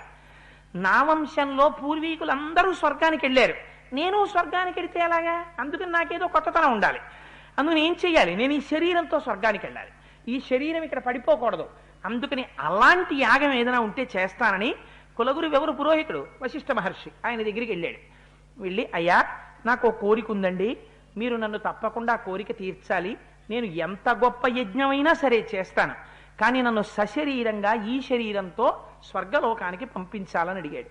అడిగితే వశిష్ఠుడు అన్నాడు, నువ్వు ఎంత గొప్ప యజ్ఞమైనా చెయ్యి, ఎంత గొప్ప సంభారాలన్నా పట్రా, నువ్వు ఎంత మహారాజు అయినా కానీ శరీరంతో స్వర్గానికి వెళ్ళడం అనేటటువంటిది ధర్మశాస్త్రంలో లేదు. ఈ శరీరం ఎవరిదైనా పడిపోతుంది, పడిపోయిన తరువాత మాత్రమే స్వర్గలోకంలో శాశ్వత నివాసం. అందుకని దీంతో స్వర్గానికి ఎడతానంటే అనేటి అది కుదరదు. అలాంటి యజ్ఞయాగాదులు చేయించడం కుదరదన్నాడు. అనేటప్పటికి ఆయనకి గురువు మీద కోపం వచ్చింది. చాలామంది ఉంటారు ఇలాంటి వాళ్ళు. కొన్నాళ్ళు ఒక దేవుణ్ణి పట్టుకుంటారు, అన్నీ ఒకే దేవుని యొక్క వివిధమైనటువంటి వెలుగు కిరణములు అని గ్రహించలేరు. ఒక దేవుడి దగ్గరికి వెళ్ళి కొన్నాళ్ళు పూజ చేసి, ఈ దేవుడి కన్నా ఇంకో దేవుడు ఎవరో వచ్చాడు కొత్తగా వచ్చిన దేవుడు కొంచెం లేసీస్ ఫెయిర్, చాలా తేలిగ్గా వరాలు ఇస్తున్నాడని ఇంకోటి చెప్తాడు, వీడికన్నా ప్రాజ్ఞుడు వాడు. ఇక్కడ మానేస్తాడు, అక్కడ కడతాడు, కానీ వీడే ఆ రూపంలో ఉన్నాడు. వాడు కనిపెడతాడు, అక్కడ మానేసి ఇక్కడికి వచ్చాడు రోయ్ వీడని. మళ్ళీ కొన్నాళ్ళు అవుతుంది, ఇక్కడ మానేస్తాడు. ఎవరో గురువుగారు వచ్చారు ఊళ్ళోకి, ఆయన ఏదో చాలా చెప్తున్నట్ట, ఆయన దగ్గర ఉపదేశం పుచ్చుకుంటే అన్నీ అయిపోతాయిట. అందుకని వెడతాడు. అందుకని వెళ్ళి వీడు రూపాయి పావలా ఇస్తాడు. వీడికి కోట్ల రూపాయలు, పిల్లలకు ఉద్యోగాలు, ఆడపిల్లలకి పెళ్లిళ్ళు వాడే చేసుకోగలడు కదా తపశ్శక్తి ఎట్టి. అందుకని ఇవన్నీ వచ్చేటట్టుగా ఉపదేశానికి ఎడతాడు. ఆయన దగ్గరికి వెళ్ళి ఓ 10 రోజులో 15 రోజులో తిరుగుతాడు, అయిపోయింది, మొహం ఒత్తేస్తుంది. కొత్త గురువు గారు ఇంకోళ్ళు ఉన్నారు, అక్కడికి ఎడతాడు. ఇక ఇదే త్రిశంకు అంటే. మూడిటి యందు శుద్ధి ఉండాలి. వేటి యందు? వాక్, మనస్సు, త్రికరణ శుద్ధి అంటారే, మనోవాక్కాయ కర్మల యందు శుద్ధి ఉండాలి. ఇవి మారుతూ ఉండడమే త్రికరణముల యందు శుద్ధి లేకపోవడం. అందుకని వశిష్ఠుడిని వెళ్ళి అడిగాడు కులగురువు. ఆయన చెప్పిన మాట వినాలి. అయ్యో కుదరదా గురువుగారు, నన్ను మన్నించండి, అయితే నేను కూడా పూర్వీకుల్లాగే యజ్ఞయాగాదులు చేస్తాననాలి. అలా అనలేదు. మీరు చేయించలేరా, అయితే నేను ఇంకోడిని చూసుకోనా అన్నాడు. వశిష్ఠుడు ఒక ఈడ్రా వీడు విర్రేళ్లే ఉన్నాడు, ఇంకోడిని చూసుకోనా అంటాడేమిటి? వేదం అనేటటువంటిది ఒకటి ఉంది అక్కడ, అందులో లేనిది ఎవడు ఇవ్వలేడు కదా. నేను కులగురువుని, ఉన్న మాట చెప్పాను, ఇంకోడిని చూసుకోనా అంటే నాకు చేతకాని వాడు చేసేవాడా అన్నట్టుగాను ఊరుకున్నారు. అందుకు వశిష్ఠుడిని వదిలేశాడు. పోనీ వశిష్ఠుడిని వదిలేసి కొత్త వాళ్ళ దగ్గరికి వెళ్ళాడా? వశిష్ఠుడు కొడుకుల దగ్గరికి వెళ్ళాడు. ఆయన 100 కొడుకులు. ఒక్కొక్కడి ప్రవర్తన ఎంత గమ్మత్తుగా ఉంటుందో చూడండి. ఆ 100 కొడుకులు తపస్సు చేసుకుంటున్నారు, వాళ్ళు పాపం వశిష్ఠ మహర్షి యొక్క కుమారులు. వాళ్ళ దగ్గరికి వెళ్ళాడు. వెళ్ళిన వాడు ఎంత అందంగా మాట్లాడాడో చూడండి. ప్రత్యాఖ్యాతోస్మి గురువునా గురుపుత్రస్తథైవచ అన్యాంగతిం గమిష్యామి స్వస్తివోస్తు తపోధనాః. అయ్యా మీరు నా కోరిక తీర్చాలి, ఎందుకని మీ నాన్నగారి దగ్గరికి వెళ్ళాను, శరీరంతో నన్ను స్వర్గానికి పంపించమని అడిగాను. ఆయన అన్నారు అలా కుదరదయ్యా అన్నారు. మీ దగ్గరికి వచ్చాను, ఎంత గొప్ప యజ్ఞమైనా చేస్తాను, నన్ను పంపించండి శరీరంతో అన్నారు. అంటే వాళ్ళు మొహం చిట్లించుకుని అన్నారు, నీకు బుద్ధుందిరా అసలు, నీకు కులగురువు వశిష్ఠుడు, ఆయన మా తండ్రి, మాకు కూడా మార్గనిర్దేశం చేసినటువంటి మహానుభావుడు ఆయన, బ్రహ్మర్షి. ఆయన ఎలా చెప్తే మేము అలా చేస్తాం, కానీ తండ్రి గారు చెయ్యనన్న పని, నీ కులగురువు చెయ్యనన్న పని, మా తండ్రి చెయ్యనన్న పని మేం చేసి దీన్ని స్వర్గానికి పంపించమా శరీరంతో? అది ఎక్కడైనా ఉందా ప్రపంచంలో? అలా వెళ్ళడం కుదరదు, అది జరిగే పని కాదు, దాన్ని అంగీకరించదు శాస్త్రం. మమ్మల్ని అడుగుతామేమిటి? అందుకని కుదరదన్నాడు. అంటే పోని వెళ్ళిపోవాలి కదా. ఈయన అన్నాడు, ఏం చేస్తాను, మా గురువు గారి దగ్గరికి వెళ్ళాను, మా గురువు గారు కుదరదన్నారు, గురుపుత్రులు కదా మీ దగ్గరికి వచ్చాను, మీరు కుదరదంటున్నారు, నేనేం చెయ్యను మరి?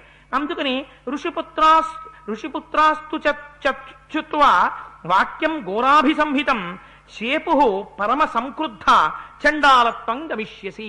మీరు కూడా కుదరదు అంటే నేను ఇంకో గురువుని వెతుక్కుంటూ వెళ్ళిపోతానన్నాడు. అంటే వాళ్ళకి ఎక్కడ లేని కోపం వచ్చి వాళ్ళు అన్నారు, ఒరే నువ్వు ఇలా గురువుల్ని మారుస్తూ తిరుగుతానంటే ఏమిటి అస్తమానం, అందుకని నువ్వు చండాలుడవగుదువుగాక అని శపించారు. ఈ మాట వాళ్ళు అనగానే సూర్యోదయం అయింది. మరునాడు రాజాభరణములతో చక్కగా ఉండేటటువంటి రాజుగారి యొక్క శరీర కాంతి పోయింది, నల్లగా అయిపోయాడు. ఒంటి మీద పెట్టుకున్న ఆభరణములు బంగారమువన్నీ ఇనుముతో చేసినటువంటి ఆభరణములు అయిపోయాయి. ఎర్రటి జుత్తు అయిపోయింది, ఎర్రటి కళ్ళు, భయంకరంగా అయిపోయాడు. చుట్టూ ఉన్న మంత్రులు వాళ్ళు రాజుగారిని చూసి పారిపోయారు. వాళ్ళు ఇదేంటి ఇలా అయిపోయాడు రాజుగారిని. పారిపోతే పాపం ఆశ్వరూపంతో అలాగే తిరుగుతూ తిరుగుతూ విశ్వామిత్రుడి దగ్గరికి వచ్చాడు. ఈయన దగ్గరికి వచ్చి మళ్ళీ ఈయన్ని అడిగాడు, ఏమని? అయ్యా నేను చాలా ధార్మికంగా పరిపాలించానండి, ఇన్ని చేసినా ఇంత జరిగినా మార్పు రాదు ఒక్కొక్కళ్ళు. వాడు ఎంత దెబ్బ తిననివ్వండి, వాడు మాత్రం ఇంకా కింద పడ్డా సరే నేను మీదే ఉన్నానంటాడు. వాడిని మీరు మార్చలేరు, మీరు ఎన్ని చెప్పండి, వాడి చెట్ట చివరికి అన్నీ విని ఒకటే మొదలెడతాడు. చూసారా, అదేనండి నేనంటున్నది, నిన్న తప్పులు వేస్తారంటాడు వాడు. మీరు ఎంత చెప్పండి వాడు తప్పు వాడు ఒప్పుకోడు.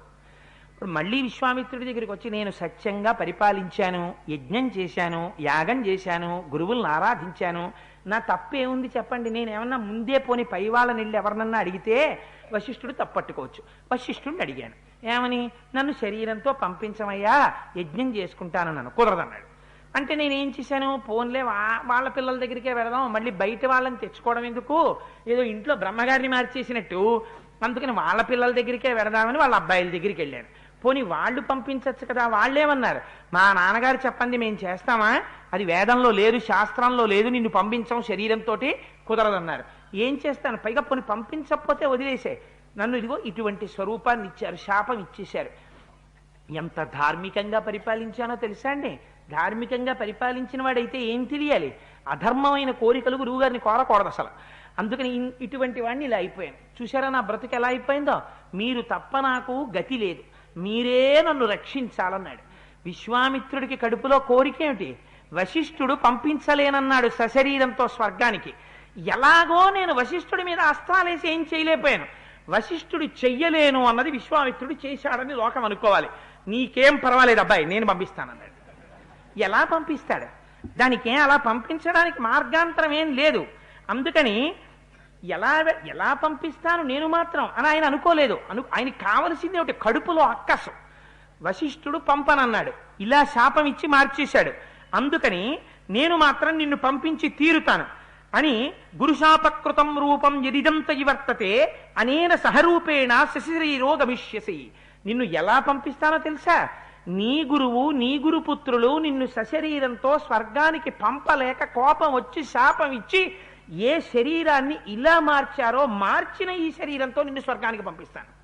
నిన్ను మళ్ళీ మామూలుగా క్షత్రియుడిగా మార్చి కూడా కాదు, ఇలా ఉండగానే ఈ నల్లటి ఆకారంతో ఇనప ఆభరణాలతో పంపిస్తాను. చూడు విశ్వామిత్రుడు అంటే ఏమిటో అన్నాడు. ఎవడైతే ఆయనకి ఎందుకు పని అవుతుంది కావాలంతే. అందుకని ఆయన ఏం చేశాడు, అయ్యా నాకు తెలుసండి మీ అంత మహానుభావుడు ఎక్కడుంటాడు, ఇక్కడే కూర్చుంటాను చెట్టు కింద, మీరు ఎప్పుడు పిలిస్తే అప్పుడు వచ్చేస్తానని కూర్చున్నాడు ఆయన. ఈయన ఏం చెయ్యాలి, తన శిష్యులందరినీ పిలిచాడు. అబ్బాయి మీ అందరూ బ్రహ్మాండం అంతా తిరగండి, బ్రాహ్మణులు ఎక్కడెక్కడున్నా సరే వాళ్ళందరినీ తీసుకురండి, ఋషులు ఎక్కడున్నా సరే శిష్యులతో తీసుకురండి. విశ్వామిత్రుడు ఒక యాగం చేస్తున్నాడు. ఏమిటా యాగం, వశిష్ఠుడు చెయ్యలేనన్న యాగం విశ్వామిత్రుడు చేస్తున్నాడు. వశిష్ఠుడు పంపలేకపోయాడు సశరీరంతో త్రిశంకుణ్ణి, విశ్వామిత్రుడు పంపిస్తున్నాడు శరీరంతో. అలాంటి యాగం చేస్తున్నాడు అని చెప్పి తీసుకురండి. ఒకవేళ ఎవడైనా అదేమిటి అలా ఎలా పంపిస్తాడు విశ్వామిత్రుడు మాత్రం కుదరదని అన్నాడు అనుకోండి, వాడి పేరు రాసుకురండి అన్నాడు. వెళ్ళారు, అందరినీ పిలిచారు. విశ్వామిత్రుడి పేరు చెప్పగానే అందరు అన్నారు, బాబోయ్ కోపం ఎక్కువండి ఆయనకి, మనకి ఎందుకు వచ్చిన కూడా వెడితే పోలేదా ఒకసారి, అందరి ఇళ్ల కన్నా ఫంక్షన్కి ఎవరింటికి వెళ్తారంటే రాలేదని పేరు రాసుకుంటే రేపు పొద్దున ఉపద్రవం వస్తుందేమో అన్న వాడి ఇంటికి తప్పకుండా పెడతారు. అందుకని ఆయన పర్వాలేదు ఏ గుళ్ళోనే కనపడ్డప్పుడు అయ్యా మీరు ఏమనుకోకండి అంటే పిచ్చోడు ఏమనుకోడు పాపం అనుకున్న వాడి ఇంటికి వెళ్ళకపోయినా పర్వాలేదు, రేపు పొద్దున వాడు కోపం పెట్టుకుంటాడేమో అన్న వాడి ఇంటికి తప్పకుండా వెళ్ళి ఆయన కంట్లో పడే వరకు ఇలా ఇలా ఇలా ఇలా ఇలా చూసి మరీ రావాలి. అందుకని ఓసారి వెళ్ళొచ్చేద్దామని బ్రాహ్మణులందరూ వచ్చేసారు. వచ్చేసిన తర్వాత ఆయన కొడుకులు వచ్చారు. వచ్చి ఒక మాట చెప్పారు, అయ్యా నాన్నగారు అందరినీ పిలిచాం, అందరూ వచ్చేశారు, కానీ వశిష్ఠ మహర్షి యొక్క కొడుకులు ఉన్నారు, వాళ్ళు రాలేదు. వాళ్లతో పాటుగా ఇంకొక్కడున్నాడు, ఆయన కూడా ఒక బ్రాహ్మణుడు, ఆయన కూడా నేను రానన్నాడు. రానని అనడం కాదు నాన్నగారు, వాళ్ళు మాట అన్నారన్నారు. ఏమన్నారా, ఉన్నది ఉన్నట్టు చెప్పండి అన్నాడు. వాళ్ళన్నారు, క్షత్రియో యాజకో యస్య చండాలస్య నివేశతః కథం సరసి భోక్తారో హవిస్తస్య సురర్షయ. యాగం చేయిస్తున్నవాడేమో క్షత్రియుడు, ఎందుకని రాజర్షి మాత్రమే అయ్యాడు విశ్వామిత్రుడు, అందుకని యాగం చేయిస్తున్నవాడు క్షత్రియుడు చేయిస్తున్నాడు. ఆ యాగం చేసేటటువంటి వాడు ఫలితం కోరి చేస్తున్నవాడు చండాలుడు చేస్తున్నాడు. వీడు హవిస్సులు ఇస్తాడు, ఆయన మంత్రాలు చెప్తాడు. దేవతలు ఎలా వచ్చి పుచ్చుకుంటారా హవిస్సులు, అలా యాగం చేసి సశరీరంతో పంపించచ్చా, అలా ఉందా ఎక్కడైనా వేదంలో పంపించమని, ఎలా కుదురుతుంది, అందుకని చెప్పి ఇది కుదరదు మేం రాము అని చెప్పి ఒక్క బ్రాహ్మణుడు మాత్రం నేను రానని చెప్పాడు. ఆయన పేరు మహోదయుడు. మిగిలిన వాళ్ళు రామన్న వాళ్ళు వశిష్ఠ మహర్షి యొక్క నూర్గురు కుమారులు మేము రామని చెప్పారు నాన్నగారు అన్నారు. అనేటప్పటికీ విశ్వామిత్రుడికి ఎక్కడ లేని కోపం వచ్చింది. అంతేనా, లిస్టులో ఇంకెవరైనా రామన్న వాళ్ళు ఉన్నారా అని అడిగాడు. ఇంకెవ్వరు లేరు నాన్నగారు, వశిష్ఠుడి నూర్గురు కొడుకులు మహోదయుడన్న బ్రాహ్మణుడు, వీళ్లే రామన్నారు. అంతే, వెంటనే కమండలం తీసుకున్నాడు, కుడి చేతిలో నీళ్లు వేసుకున్నాడు. భస్మీభూతాదురాత్మానో భవిష్యంతిర సంశయ. ఇప్పుడే శపిస్తున్నాను, ఇక్కడ కూర్చొని ఒక్క మాట అంటున్నాను. వశిష్ఠ మహర్షి యొక్క నూర్గురు కుమారులు మహోదయుడు, వీళ్ళు 101 మంది భస్మరాశి అయి పడిపోతున్నారు, వీళ్ళు యమలోకానికి వెళ్ళిపోతున్నారు. నన్ను కాదన్నందుకు, నేను యాగం చేస్తుంటే రానన్నందుకు, నేను చేస్తున్నది తప్పన్నందుకు వాళ్ళు ఏమైపోతారో తెలుసా? సప్త జాతి శతాన్యేపా మృతపా శాంతు సర్వశః. ఆ తర్వాత 700 జన్మలు వాళ్ళు స్వీకరించినప్పుడు శవమాంసం తింటూ బతుకుతారు. ఆ తర్వాత శ్వమాంస నియతాహార ముష్టికా నామనిర్ఘృణాః వికృతాశ్చ విరూపాశ్చ లోకాన్ అనుచరంతి మాం. వాళ్ళు ఆ తర్వాత ముష్టికులనేటటువంటి పేరుతో కొన్నాళ్ళు పుడతారు.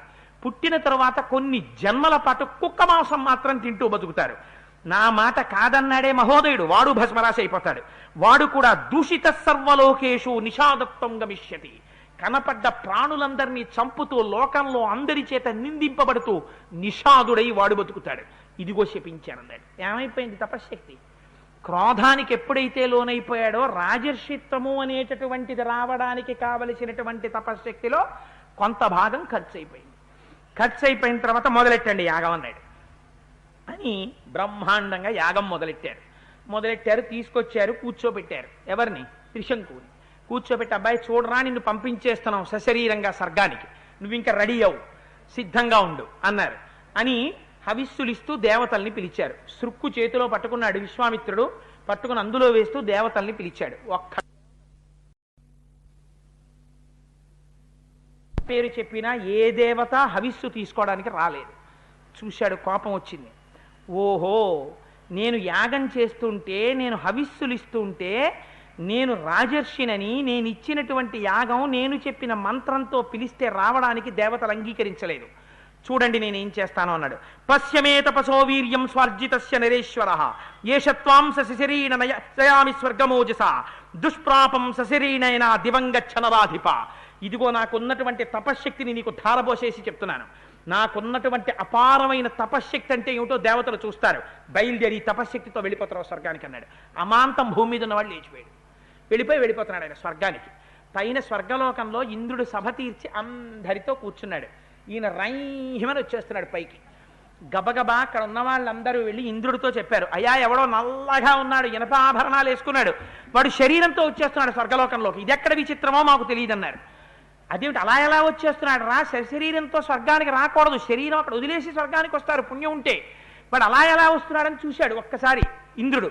చూసేసరికి వస్తున్నవాడు త్రిశంకు వస్తున్నాడు. పైనుంచి చూసి ఒక్కసారి ఒక పెద్ద కేకేశాడు ఇంద్రుడు. త్రిశంకో గచ్చ భూయస్తం నాసి స్వర్గకృతాలయ గురుశాప హతో మూఢ పటభూమి మవాక్షిరాహ అన్నాడు. ఒరే, నువ్వు గురుశాప హతుడివి, నిన్ను వశిష్ఠుడు శపించాడు, నీకెక్కడుంది అధికారం స్వర్గలోకానికి రావడానికి? గురుశాపము చేత కొట్టబడినటువంటి వాడికి ఊర్ధ్వలోకాలకు వస్తావా నువ్వు? పో కిందకి, తలకిందులుగా పడి కింద పడి అన్నాడు. అనేటప్పటికీ ఇలా వస్తున్నవాడి తల కిందకి అయిపోయింది, కాళ్ళు పైకి అయిపోయి వాడు మళ్ళీ కింద పడిపోతున్నాడు.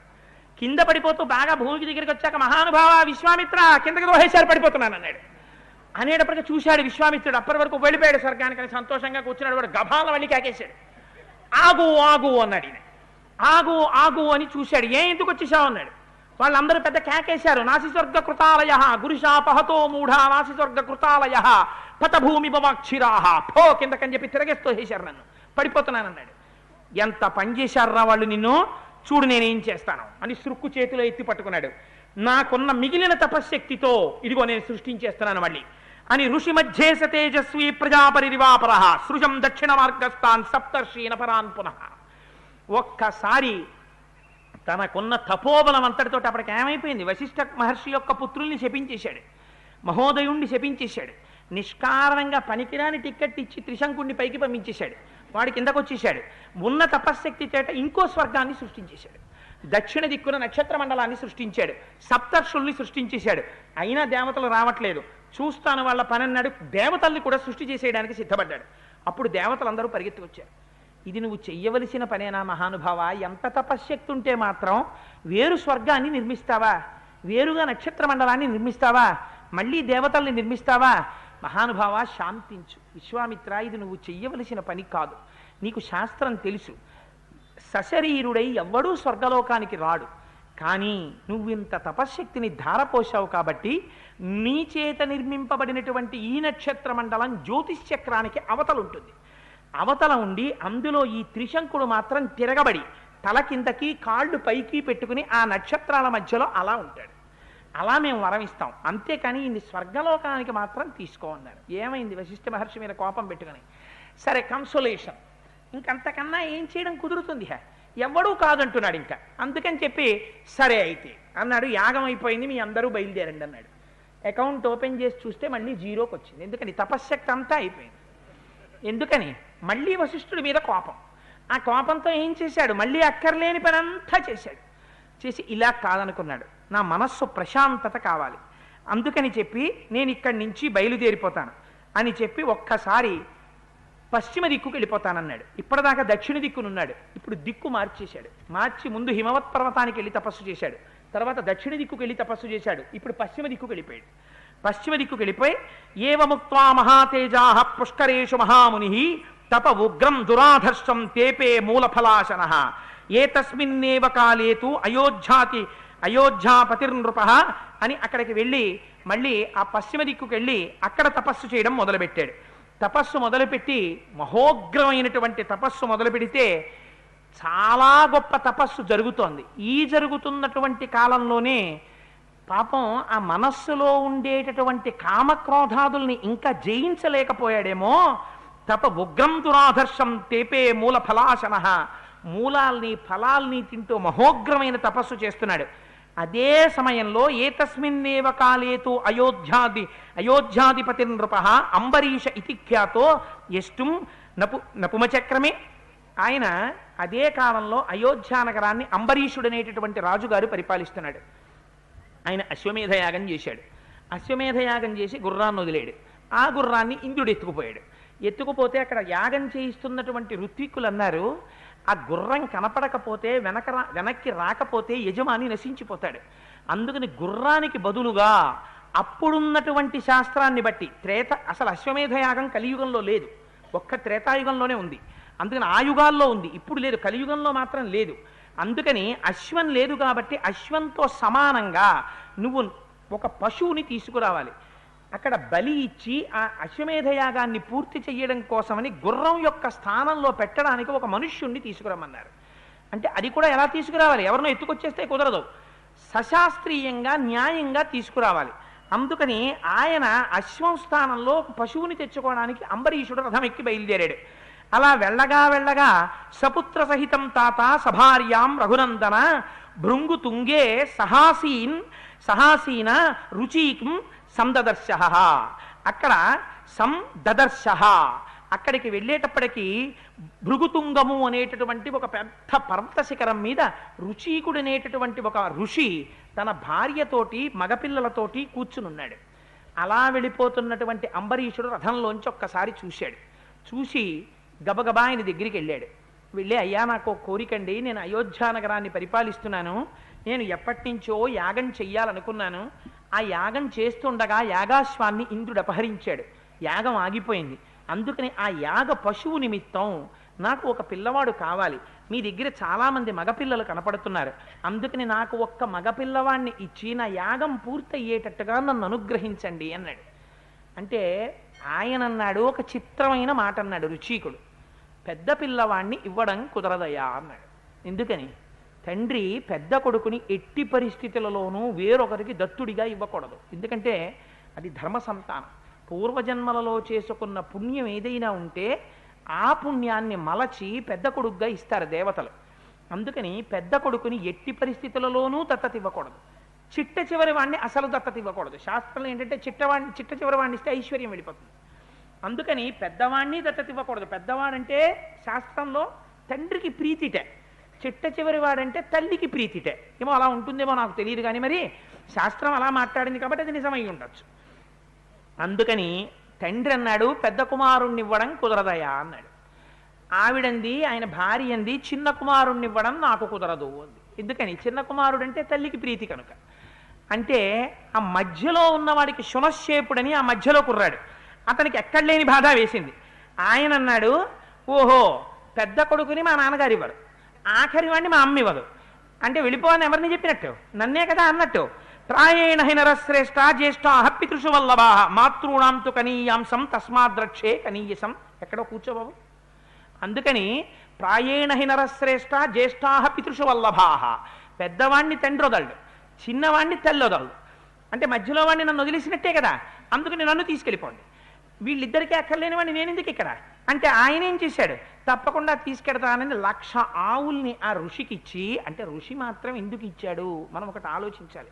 ఆయనకి ధర్మం తెలుసు. రాజు భూమండలాన్నంతటినీ కాపాడేటటువంటి వాడు, మహాత్యాగం చేశాడు. తండ్రి కూడా ధర్మాన్ని తప్పకూడదు, రాజుని బ్రతికించుకోవాలి. రాజు బ్రతకాలంటే యాగం పూర్తవ్వాలి. అందుకని ఔదార్యంతో తన కొడుకుని ఇచ్చేయడానికి ఒప్పుకున్నాడు. అంతేకాని చేతకాకో ప్రేమలేకో కొడుకునిచ్చినవాడు కాడు రుచీకుడు కూడా. అందుకని మధ్య కొడుకుని ఇచ్చేశారు. ఆయన్ని తీసుకెళ్లి రథం మీద కూర్చోబెట్టుకుని అంబరీషుడు వెళ్ళిపోతున్నాడు. వెళ్ళిపోతూ ఒక మిట్ట మధ్యాహ్నం వేళ ఒక చోట కూర్చుని అంబరీషుడు విశ్రాంతి తీసుకుంటున్నాడు. పాపం ఈ పిల్లవాడు రథం దిగి అటు ఇటు తిరుగుతున్నాడు. ఇంకా నన్ను ఎలాగో చంపేస్తారు, తీసుకెళ్లి యూపస్తంభానికి కట్టేస్తారని తిరుగుతుంటే, అలా తిరుగుతుంటే అక్కడ ఆశ్రమం కనపడింది. ఎవరిది ఈ ఆశ్రమం అని అడిగాడు. అంటే అది విశ్వామిత్రుడి ఆశ్రమం అన్నారు. విశ్వామిత్రుడు మేనమామ అవుతాడు. పరిగెత్తుకుంటూ వెళ్ళి ఆ విశ్వామిత్రుడు ఒళ్ళో పడిపోయి ఆయన కాళ్ళు పట్టుకుని, నువ్వు నాకు తండ్రి లాంటి వాడివి, పెద్దవాణ్ణి మా నాన్న ఇవ్వనన్నాడు, ఆఖరి వాణ్ణి మా అమ్మ ఇవ్వనంది, మధ్యలో పుట్టిన పాపానికి నన్ను ఇచ్చేశారు యజ్ఞ పశువుగా, నన్ను తీసుకెళ్ళిపోతున్నాడు అంబరీషుడు.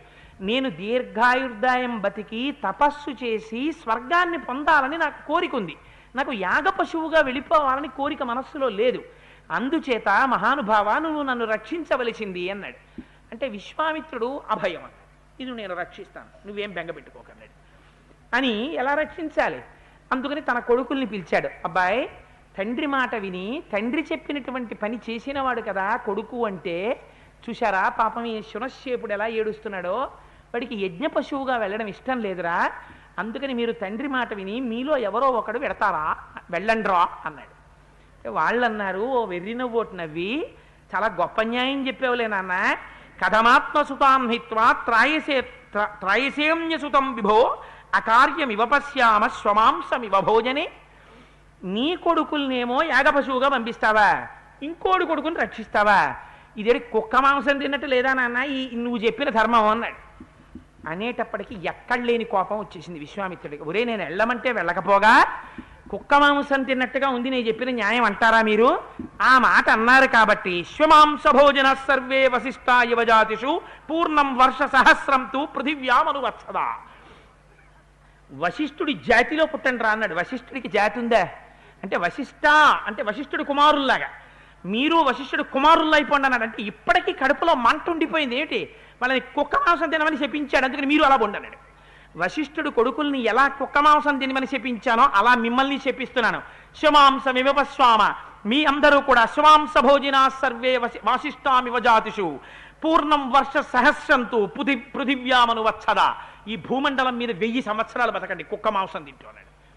అమ్మబాబో, ఇది ఎక్కడ తండ్రిరా అని వాళ్ళు అనుకునే లోపల పాపం కుక్క మాంసం తినేవాళ్ళు అయిపోయారు. వికృతాశ్చ విరూపాశ్చ, వికృతమైన విరూపమైన రూపాలతో వాళ్ళు కుక్క మాంసం తినడానికి వెళ్ళిపోయారు. వెళ్ళిపోయిన తర్వాత ఇక్కడ వీడిని చూశాడు, ఈ కుర్రాన్ని. ఇప్పుడు శునశ్శేపుణ్ణి రక్షించడం ఎలా? కుర్రాన్ని దగ్గరికి పిలిచాడు. ఒరే, నువ్వేం బెంగ పెట్టుకోకు, ఇదేమిటి మామయ్యేమో వాళ్ళందరినీ చెప్పించేశాడు, ఇప్పుడు నన్ను ఎలా రక్షిస్తాడు అనుకుంటున్నావేమో, నీకేం బెంగలేదు, నేనున్నాను. పవిత్ర పాశైరాసక్తో రక్తమాల్యానులేపన వైష్ణవం యూపమాసాద్య వాగ్భిరగ్ని ముదాహర. ఎందుకు వచ్చిందంటారు ఈ కోపం? ఈ కోపం రావడానికి కడుపులో మంటోటి ఉంది. ఏమిటి, వశిష్ఠుడు కొడుకుల్ని ఎంత గొప్పగా పెంచాడో, ఆ త్రిశంకు వచ్చి యాగం చేయించమంటే కొడుకులు ఒప్పుకోలేదు. మా నాన్న చెయ్యని పని మేము ఎలా చేస్తామన్నారు. ఎంత మంచి కొడుకులు రా వశిష్ఠుడు కానీ కడుపులో ఉండిపోయింది. తన కొడుకులు అలా మాట విన్నారనిపించుకోవాలి. అందుకని ఒరే మీరు వెళ్ళండి రా అన్నారు.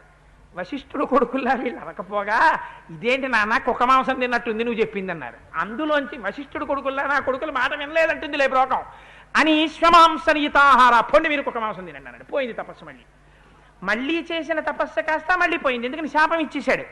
ఇచ్చేసి పవిత్ర పాశైరాసక్తో రక్తమాల్యానులేపన వైష్ణవం యూపమాసాద్య వాగ్భిరగ్ని ఉదాహర. నువ్వేం బెంగ పెట్టుకోకురా శునశ్శేపుడా, నిన్ను తీసుకెళ్లి యూపస్తంభానికి కడతారు. కట్టినప్పుడు అది వైష్ణవ యాగం. ఆ యూపస్తంభానికి కట్టినప్పుడు నీకు 2 మంత్రాలు చెప్తాను. అందరూ నీకు ఎర్రటి వస్త్రాలు కట్టి నీకు ఒంటి నిండా రక్తచందనం రాసేసి ఈ మంత్రాలు చదువుతుంటారు. నువ్వేం భయపడకు. భయపడకుండా మనస్సులో నువ్వు ఆ 2 మంత్రాలు బాగా మననం చేయి. మననం చేస్తే దేవేంద్రుడు ప్రీతి చెందుతాడు ఆ మంత్రాలకి. సామాన్యుడు కాదండి విశ్వామిత్రుడు, ఎన్ని తెలుసో చూడండి ఆయనకి. నిన్ను తీసుకెళ్లి యాగ పశువుగా వధించక ముందే ఇంద్రుడు వస్తాడు. వాడిని వదిలేయండిరా, మీరు యాగ పశువుని ఇవ్వకముందే నేను ప్రీతి చెందాను, 1,000,000 రెట్ల ఫలితం ఇచ్చేసాను ఈ యాగానికి అంటాడు. నువ్వు బతికిపోతావు, రాజు బతికిపోతాడు, ఇద్దరు బతుకుతారు, వెళ్ళు నువ్వేం బెంగపెట్టుకోకుండా ఆయన 2 మంత్రాలు ఉపదేశం చేసేశాడు. ఆ 2 మంత్రాలు ఉపదేశం పొందేసి పాపం ఆ శునశ్శేపుడు సంతోషంగా రథం ఎక్కి అంబరీషుడిని పిలిచాడు.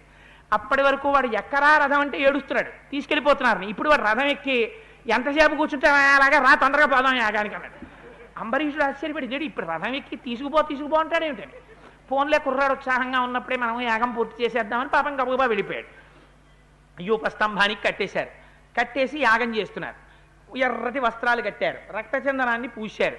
ఇన్ని చేసిన తరువాత వాడు కళ్ళు మూసుకుని ఆ ఇంద్రుణ్ణి ఉద్దేశించి స్తోత్రం మొదలెట్టాడు. 2 మంత్రాలు చదివేటప్పటికి ఇంకా యాగం పూర్తి చేయకముందే దేవేంద్రుడు వచ్చాడు. ఈ పిల్లవాడు చేసినటువంటి మంత్రముల చేత ప్రీతి పొందాను, అందుకని యాగ పశువుని మీరు ఇవ్వక్కర్లేదు, ఇవ్వకుండానే 1,000,000 రెట్ల ఫలితాన్ని ఈ యాగానికి మీకు ఇచ్చేస్తున్నాను, అందుకని మీ అందరూ ఆ యాగ ఫలితాన్ని పుచ్చేసుకోండి అని చెప్పి దీర్ఘమాయుస్తథ ప్రాదాచ్యుతశేఫాయా రాఘవ, దీర్ఘాయుర్దాయాన్ని కూడా శునశ్శేపుడికి ఇచ్చేశాడు. ఇచ్చేసేటప్పటికి ఆ శునశ్శేపుడు హాయిగా యూపస్తంభం నుంచి విడుదల చేయబడి మళ్ళీ తపస్సు చేసుకుని సంతోషంగా దీర్ఘకాలం జీవించాడు. ఆ రకంగా మళ్ళీ ఏమైంది, పశ్చిమ దిక్కుకు వెళ్ళి మొదలెట్టిన తపస్సు తన కొడుకుల్ని శపించుకోవడానికి సరిపోయింది.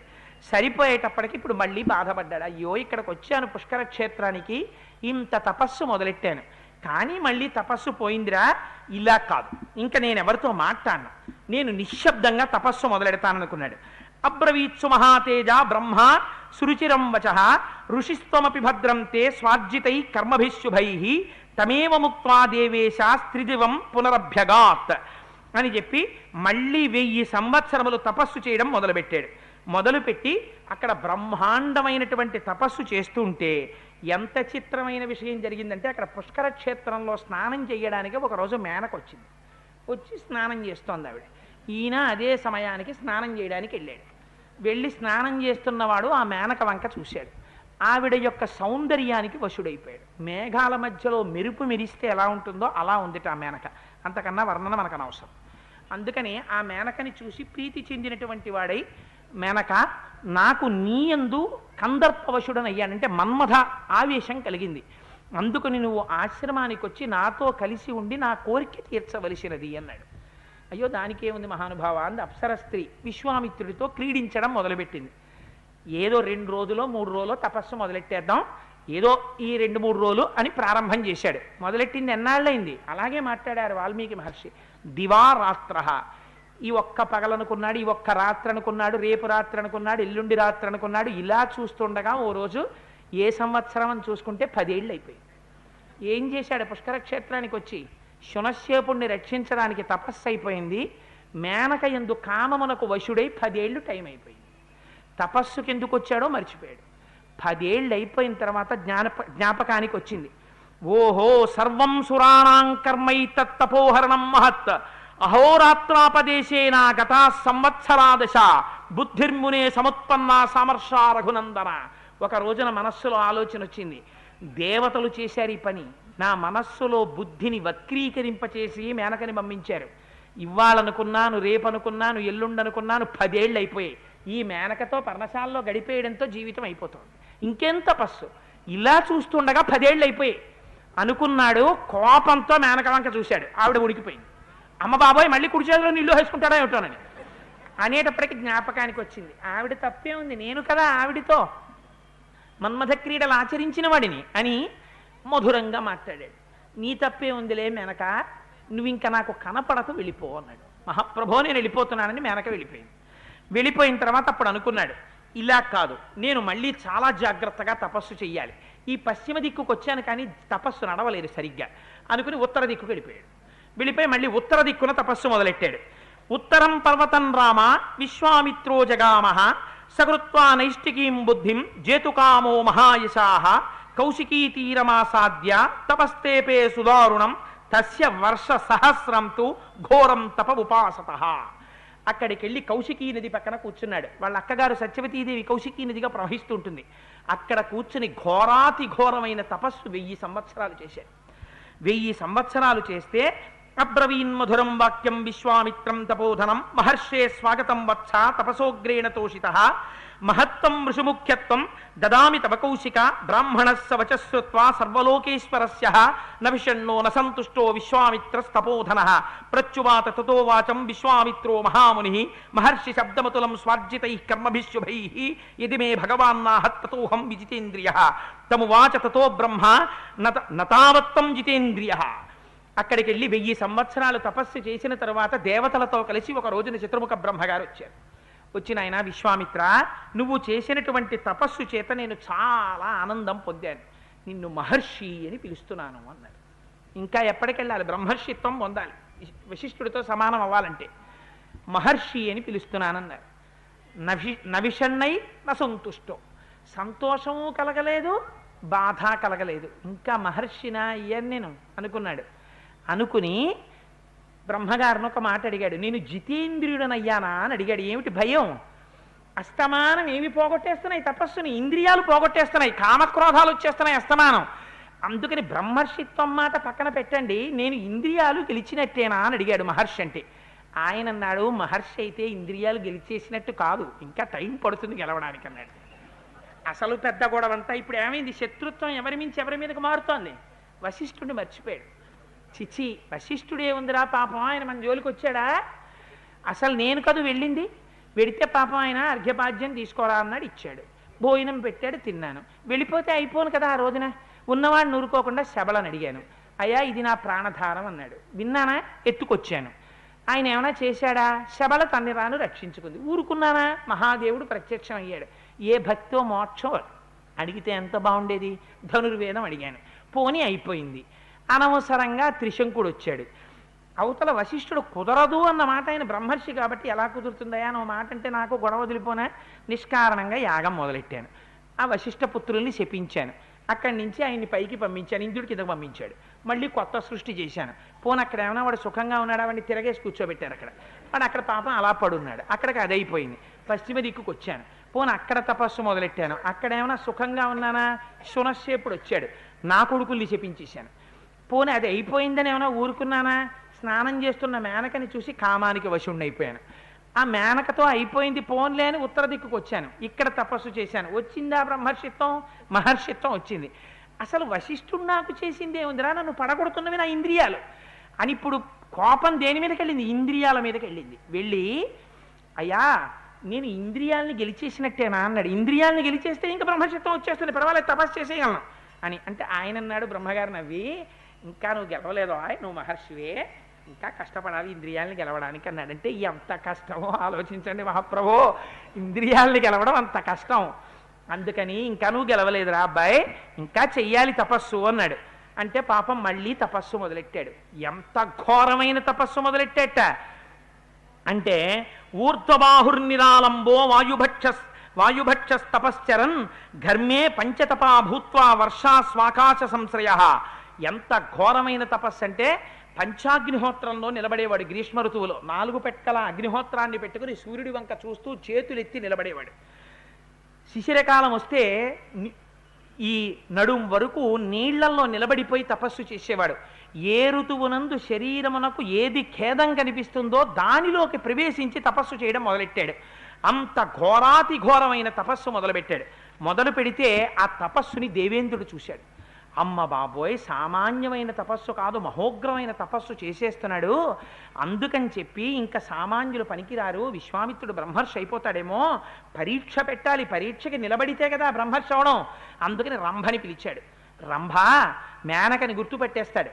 అందుకని నువ్వెళ్ళి విశ్వామిత్రుణ్ణి ఎలాగైనా ప్రలోభ పెట్టు అన్నాడు. అంటే ఆవిడంది, చాలా గొప్ప మాట చెప్పారు మహాప్రభో, ఇంకో మాట ఏమైనా చెప్పండి పెడతాను. ఆయనకు అలవాటు ఉంది, ఆయన గుర్తుపట్టకపోతే గొడవలేదు, గుర్తుపడితే ఇలా పోసుకుంటాడు. పోసుకున్నాడంటే నా పని అయిపోతుంది, అందుకని నేను వెళ్ళనండి. అంటే ఆయన అన్నాడు, నీకేమీ బెంగలేదు, నిన్నొక్కదాన్నే వెళ్ళమంటే కదా బెంగ. చూడండి ఎలా మాట్లాడతారో. ఏదైనా ప్రమాదకరమైన పని మీద పంపించేటప్పుడు ఓ వెర్రాన్ని పట్టుకొచ్చి వెళ్ళమంటారు. వాడు, అయ్యో అది బాబోయ్ భయం కదండి, తెర ప్రమాదం కదండి అంటే, నీకెందుకు భయం, ఈ వెనకాల నేను ఉంటాను కదా అంటాడు. అలా అన్నవాడు ఉండడు. ఎందుకంటే వాడికి తెలిసి అది ప్రమాదం అని తెలిసాక వాడు ఉంటాడు అక్కడ, వాడు ఉండడు.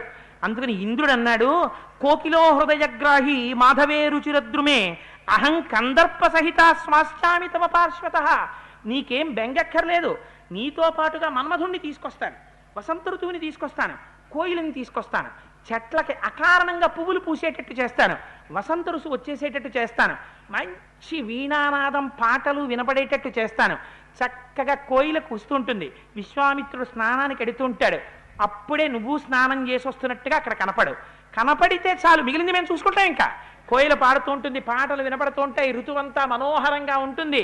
మనస్సుని కామం వేపుకి ప్రచోదనం చేసేటట్టుగా నేను చేసుకుంటాను, నువ్వు కనపడు చాలంటే నువ్వు చేసేదేమి ఉండదు ఇంకా అన్నాడు.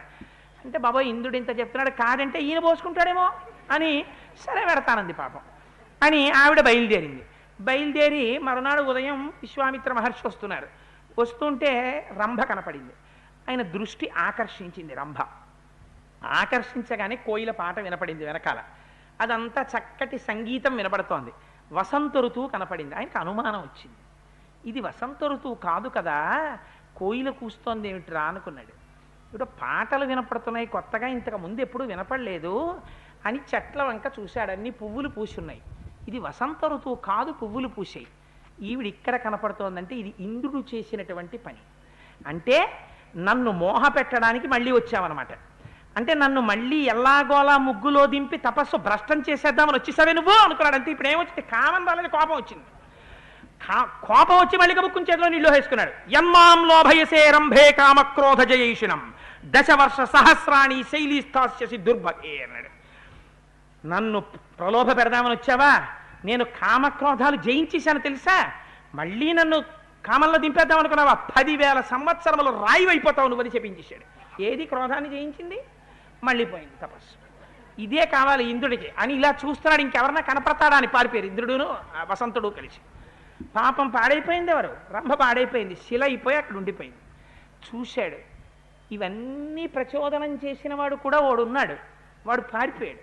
పాపం ఆడది పిచ్చిది, దాన్ని శపించేశాను నిష్కారణంగా, రాయి అయిపోయింది, నా తపస్సు పోయింది, మళ్ళీ క్రోధానికి వశం అయిపోయాను. నిజంగా ఎవడి మీద చూపిస్తాడండి కోపం, మీరు ఆలోచించండి. ఎంత మండిపోతుంది. ప్రతిరోజు ప్రతి క్షణం జాగ్రత్తగా ఉన్నా ఎప్పుడు అప్పుడు పాడు చేసేస్తున్నారు తపస్సు అంతా. అవడు బ్రహ్మర్షి కడుపు ఎంత బాధ వచ్చేసిందో నిజంగా విశ్వామిత్రుడికి. బాధ వచ్చేసి అడగల రంభ, అడగకపోయినా తానే దానికి ఉపశాంతి చెప్పేశాడు. బ్రాహ్మణ సుమహాతేజాస్తపోబల సమన్విత ఉద్ధరిష్యతి రంభే త్వాం మత్క్రోధ కలుషీకృత. నా క్రోధం చేత కలుషీకృతమై రాయి రూపాన్ని పొందినటువంటి నిన్ను ఒకనాడు ఒక సద్బ్రాహ్మణుడు వచ్చి ఉద్ధరిస్తాడు అన్నాడు. వెళ్ళిపోయాడు. ఆలోచించాడు, ఛీ ఇలా కాదు, ఎంత తపస్సు చేసినా నేనేమీ చెయ్యలేకపోతున్నాను. ఎక్కడున్నారు శత్రువులు, ఇక్కడున్నారు, వాళ్ళు నన్ను ప్రలోభ పెట్టేస్తున్నారు. అందుకని నేను ఒక పని చేస్తాను. నాకు కోపము కామము ఈ రెండు కలగడానికి కారణం ఏమిటి? మనస్సు. ఈ మనస్సు దేని మీద ఆధారపడింది? ఊపిరి మీద ఆధారపడింది.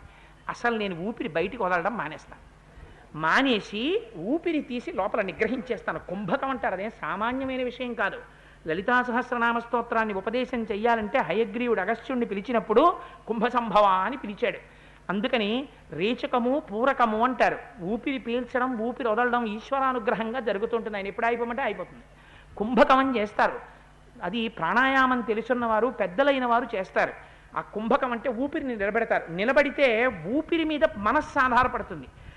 ఊపిరిని నిలబెట్టడం చేతనైతే మనస్సు బలహీన పడిపోతుంది. మనస్సు బలహీన పడిపోతే తిరగడం ఆగిపోతుంది. తిరగడం ఆగిపోతే దేని మీద దృష్టి పెట్టారో అక్కడ నిలబడిపోతాడు. నిలబడిపోతే మనస్సు ఉంటే కదా కామం క్రోధం. మనస్సే లేనప్పుడు ఇంకా కామక్రోధాదులు ఎక్కడుంటాయి? ఉండవు. అందుకని నిగ్రహించేస్తానన్నాడు, కుంభకం చేసేస్తాను. చేసేసి మనస్సు లేకుండా అయిపోతాను. 1000 ఏళ్ళు అలాగే కూర్చుంటాను. ఈ శరీరం అప్పుడప్పుడు కోరికలు కోరుతోంది. ఎందుకు కోరుతోంది? దీనికి కొంచెం దృఢత్వం ఉండబట్టి. శరీరం ఉంటుంది కానీ ఇది కాస్తం అయిపోతుంది. అంటే ఓ పుల్ల ఎలా ఉంటుందో అలా అయిపోతుంది. ఇంకా దీన్ని అలా చేస్తాను కానీ ప్రాణాలు నిలబడతాయి, తపస్సులో ఉంటాను కాబట్టి. అందుకని కుంభకం చేస్తానన్నాడు అని కుంభకం మొదలుపెట్టాడు. ఎక్కడ మొదలుపెట్టాట? మహానుభావుడు మళ్ళీ ఆ ఉత్తర దిక్కును వదిలిపెట్టేశాడు. చిచి ఇక్కడ కాదన్నాడు. ఇంకో దిక్కు వెళ్ళిపోతానని మళ్ళీ తూర్పు దిక్కుకు వెళ్ళిపోయాడు. ఎంత తిరుగుతున్నాడు ఇంద్రియాలను నిగ్రహించడానికి? హిమాలయ పర్వతాల మీద మొదలెట్టాడు. దక్షిణ దిక్కుకు వచ్చాడు, పశ్చిమ దిక్కుకు వచ్చాడు, ఉత్తర దిక్కుకు వచ్చాడు, తూర్పు దిక్కుకు వచ్చాడు. భూమండలం చుట్టూ తిరిగేశాడు. ఇప్పుడు తిరిగేసి తూర్పు దిక్కుకు వచ్చాడు. వచ్చి అధహైమవతీన్ రామ దిశం తత్వా మహాముని దిశం త్యక్వా మహాముని పూర్వం దిశమను ప్రాప్త తపస్తేపే సుదారుణం.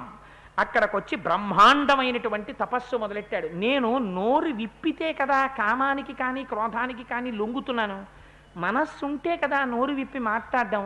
అందుకని నేను ఇవాళ నుంచి ఒక వ్రతం స్వీకరిస్తాను, అసలు నేను అందుకే మన వాళ్ళు పూర్వం మౌనము అని ఒకటి పెట్టేవారు. కొంతకాలం ఏం చేసేవారంటే పెద్దవాళ్ళు, ఇప్పుడంటే మానేశారు కానీ అందరూ కొంతకాలం ప్రయత్నపూర్వకంగా ఒకరోజు మౌనవ్రతం అని చెప్పి మౌనంగా ఉండేవారు. ఇప్పుడు నేను కొన్ని ఇళ్లలో చూశాను, ఇప్పటికీ ఉంది మౌనం. కానీ మౌనం నాడు పుస్తకాలు నిండిపోతుంటాయి. ఓ పెన్ను పుస్తకం పట్టుకుని ఇంకా మౌనం కదా, అందుకని అక్కర్లేనివన్నీ ఫోన్ వస్తే ఎత్తి అని విని, ఓహో ఈవిడ మౌనంలా ఉందని అవతల వాడికి తెలిసేలా అన్నీ రాసి అవన్నీ రికార్డింగ్. ఎందుకు ఆ మౌనం? ఇంకా మౌనం అంటే నువ్వు దేని గురించి పట్టించుకోకుండా ఉండి రియాక్షన్ ఆగడం.